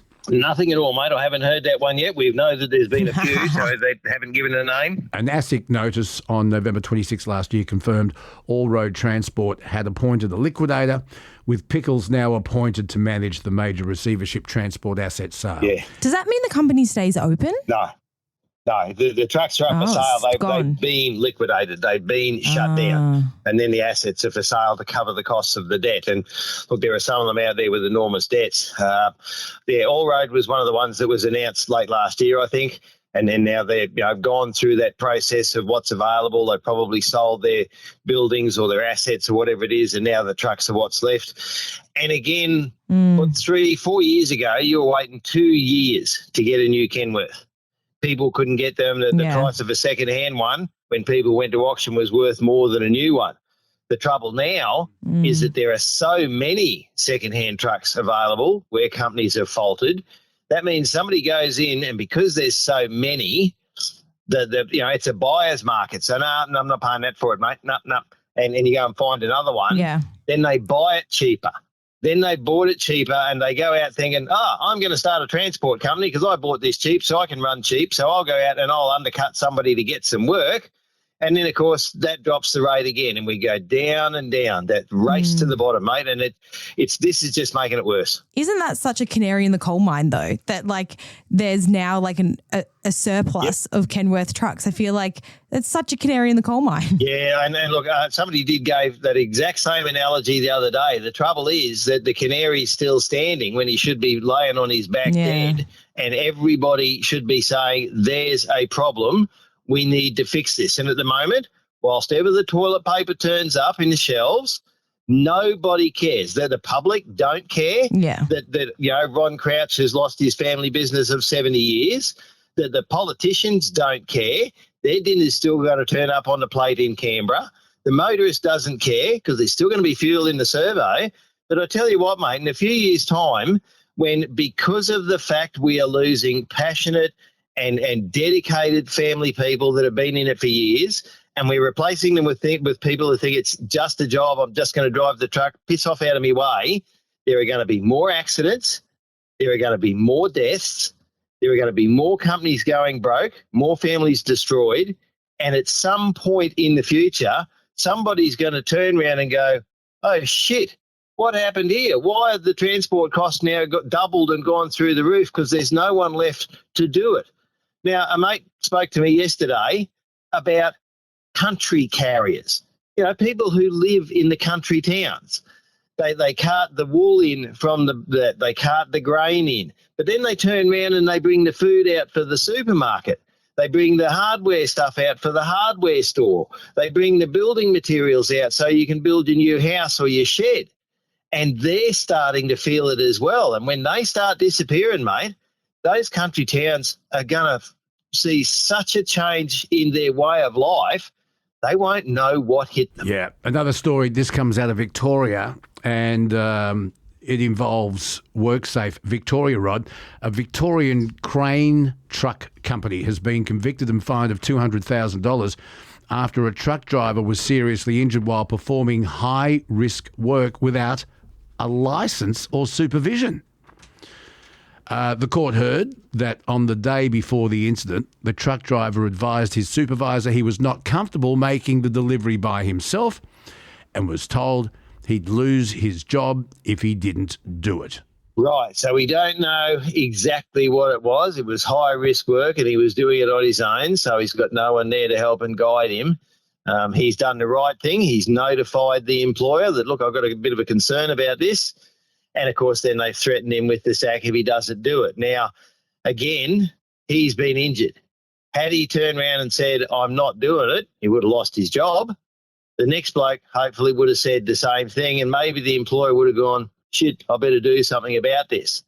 But he's gone ahead in good faith, in blind faith, in geez, I've got to feed me family, I need this job, and look where it's ended up. Now, there are other times where people die, or become quadriplegics or get seriously injured and never work again when you think there's a risk. Now, years ago, have you ever heard of the Take 5 campaign, Luke? Yeah, remind me, I have. Yeah, it was a safety thing. Look, Mobil used to have it years ago in the days of tankers, and others have used similar things.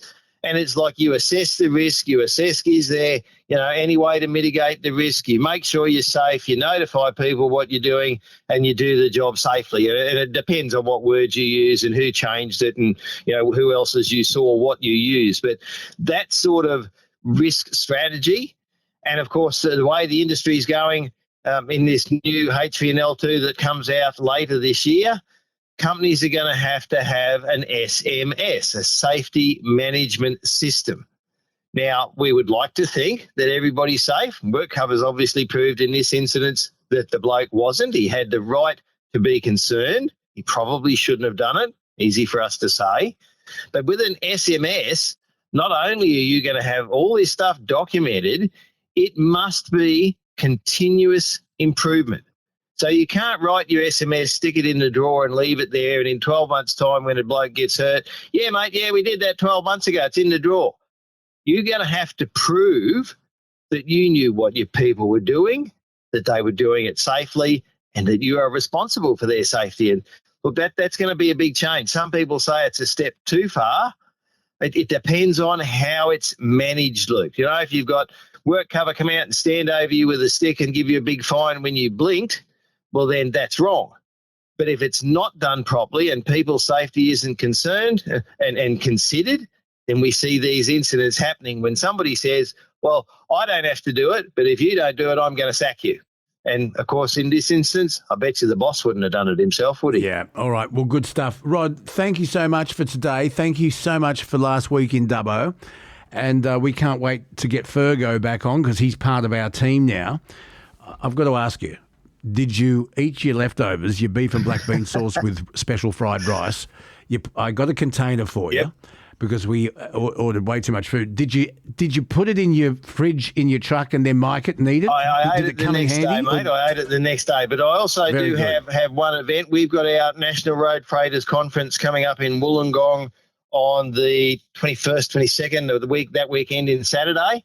If you go to our webpage or to our Facebook page, there are tickets available. You've got to buy a ticket to attend either for the conference on the day or the conference and the dinner. We've got some really good speakers. True Ross, who is from Ross Transport in Wollongong. She's speaking. I believe we have I think he's the Assistant New South Wales Police Commissioner. Please hope I got that right. But yes, we've got some good speakers, some good people there. It will be an informative day and a lovely dinner that night if someone's interested to come along and consider the NRFA and take part. Rod Hannifey, always a pleasure. Thank you, buddy. You drive safely and we will catch up down the road. I'll go back to finishing my gates now, Luke. I was banging away just when Kelsey rang, so I've got to finish my gates and then I'm off to go and have lunch with my son for his birthday. Oh, beautiful. Have a great day. To you. Good on you. Birthday to you. Happy birthday, dear Rod's son. What's his name? Balen, B-A-L-E-N. Balen. Happy birthday, Balen. Thank you so much, Rod. Safe trucking. Safe travelling to all, mate. Well, that's it. Thank you guys so much for listening. Get onto our YouTube. You can watch. We're going to try and start posting more videos on there so you can actually see Luke. Although, beware of the resting bitch face. Luckily, you guys are all aware of that now. So, yeah, get onto that. We're on Facebook, all those good things. Yeah, Luke, I'm sure you've got a thought of the day. If you go to YouTube, you can see the videos that Kelsey's taking. So you get the whole experience. No, it's not a thought. I just wanted to share with you. I often catch your mum, Nikki, talking to herself. And I said, why do you do this? And she said, well, I often need expert advice. God, she's good. Bye.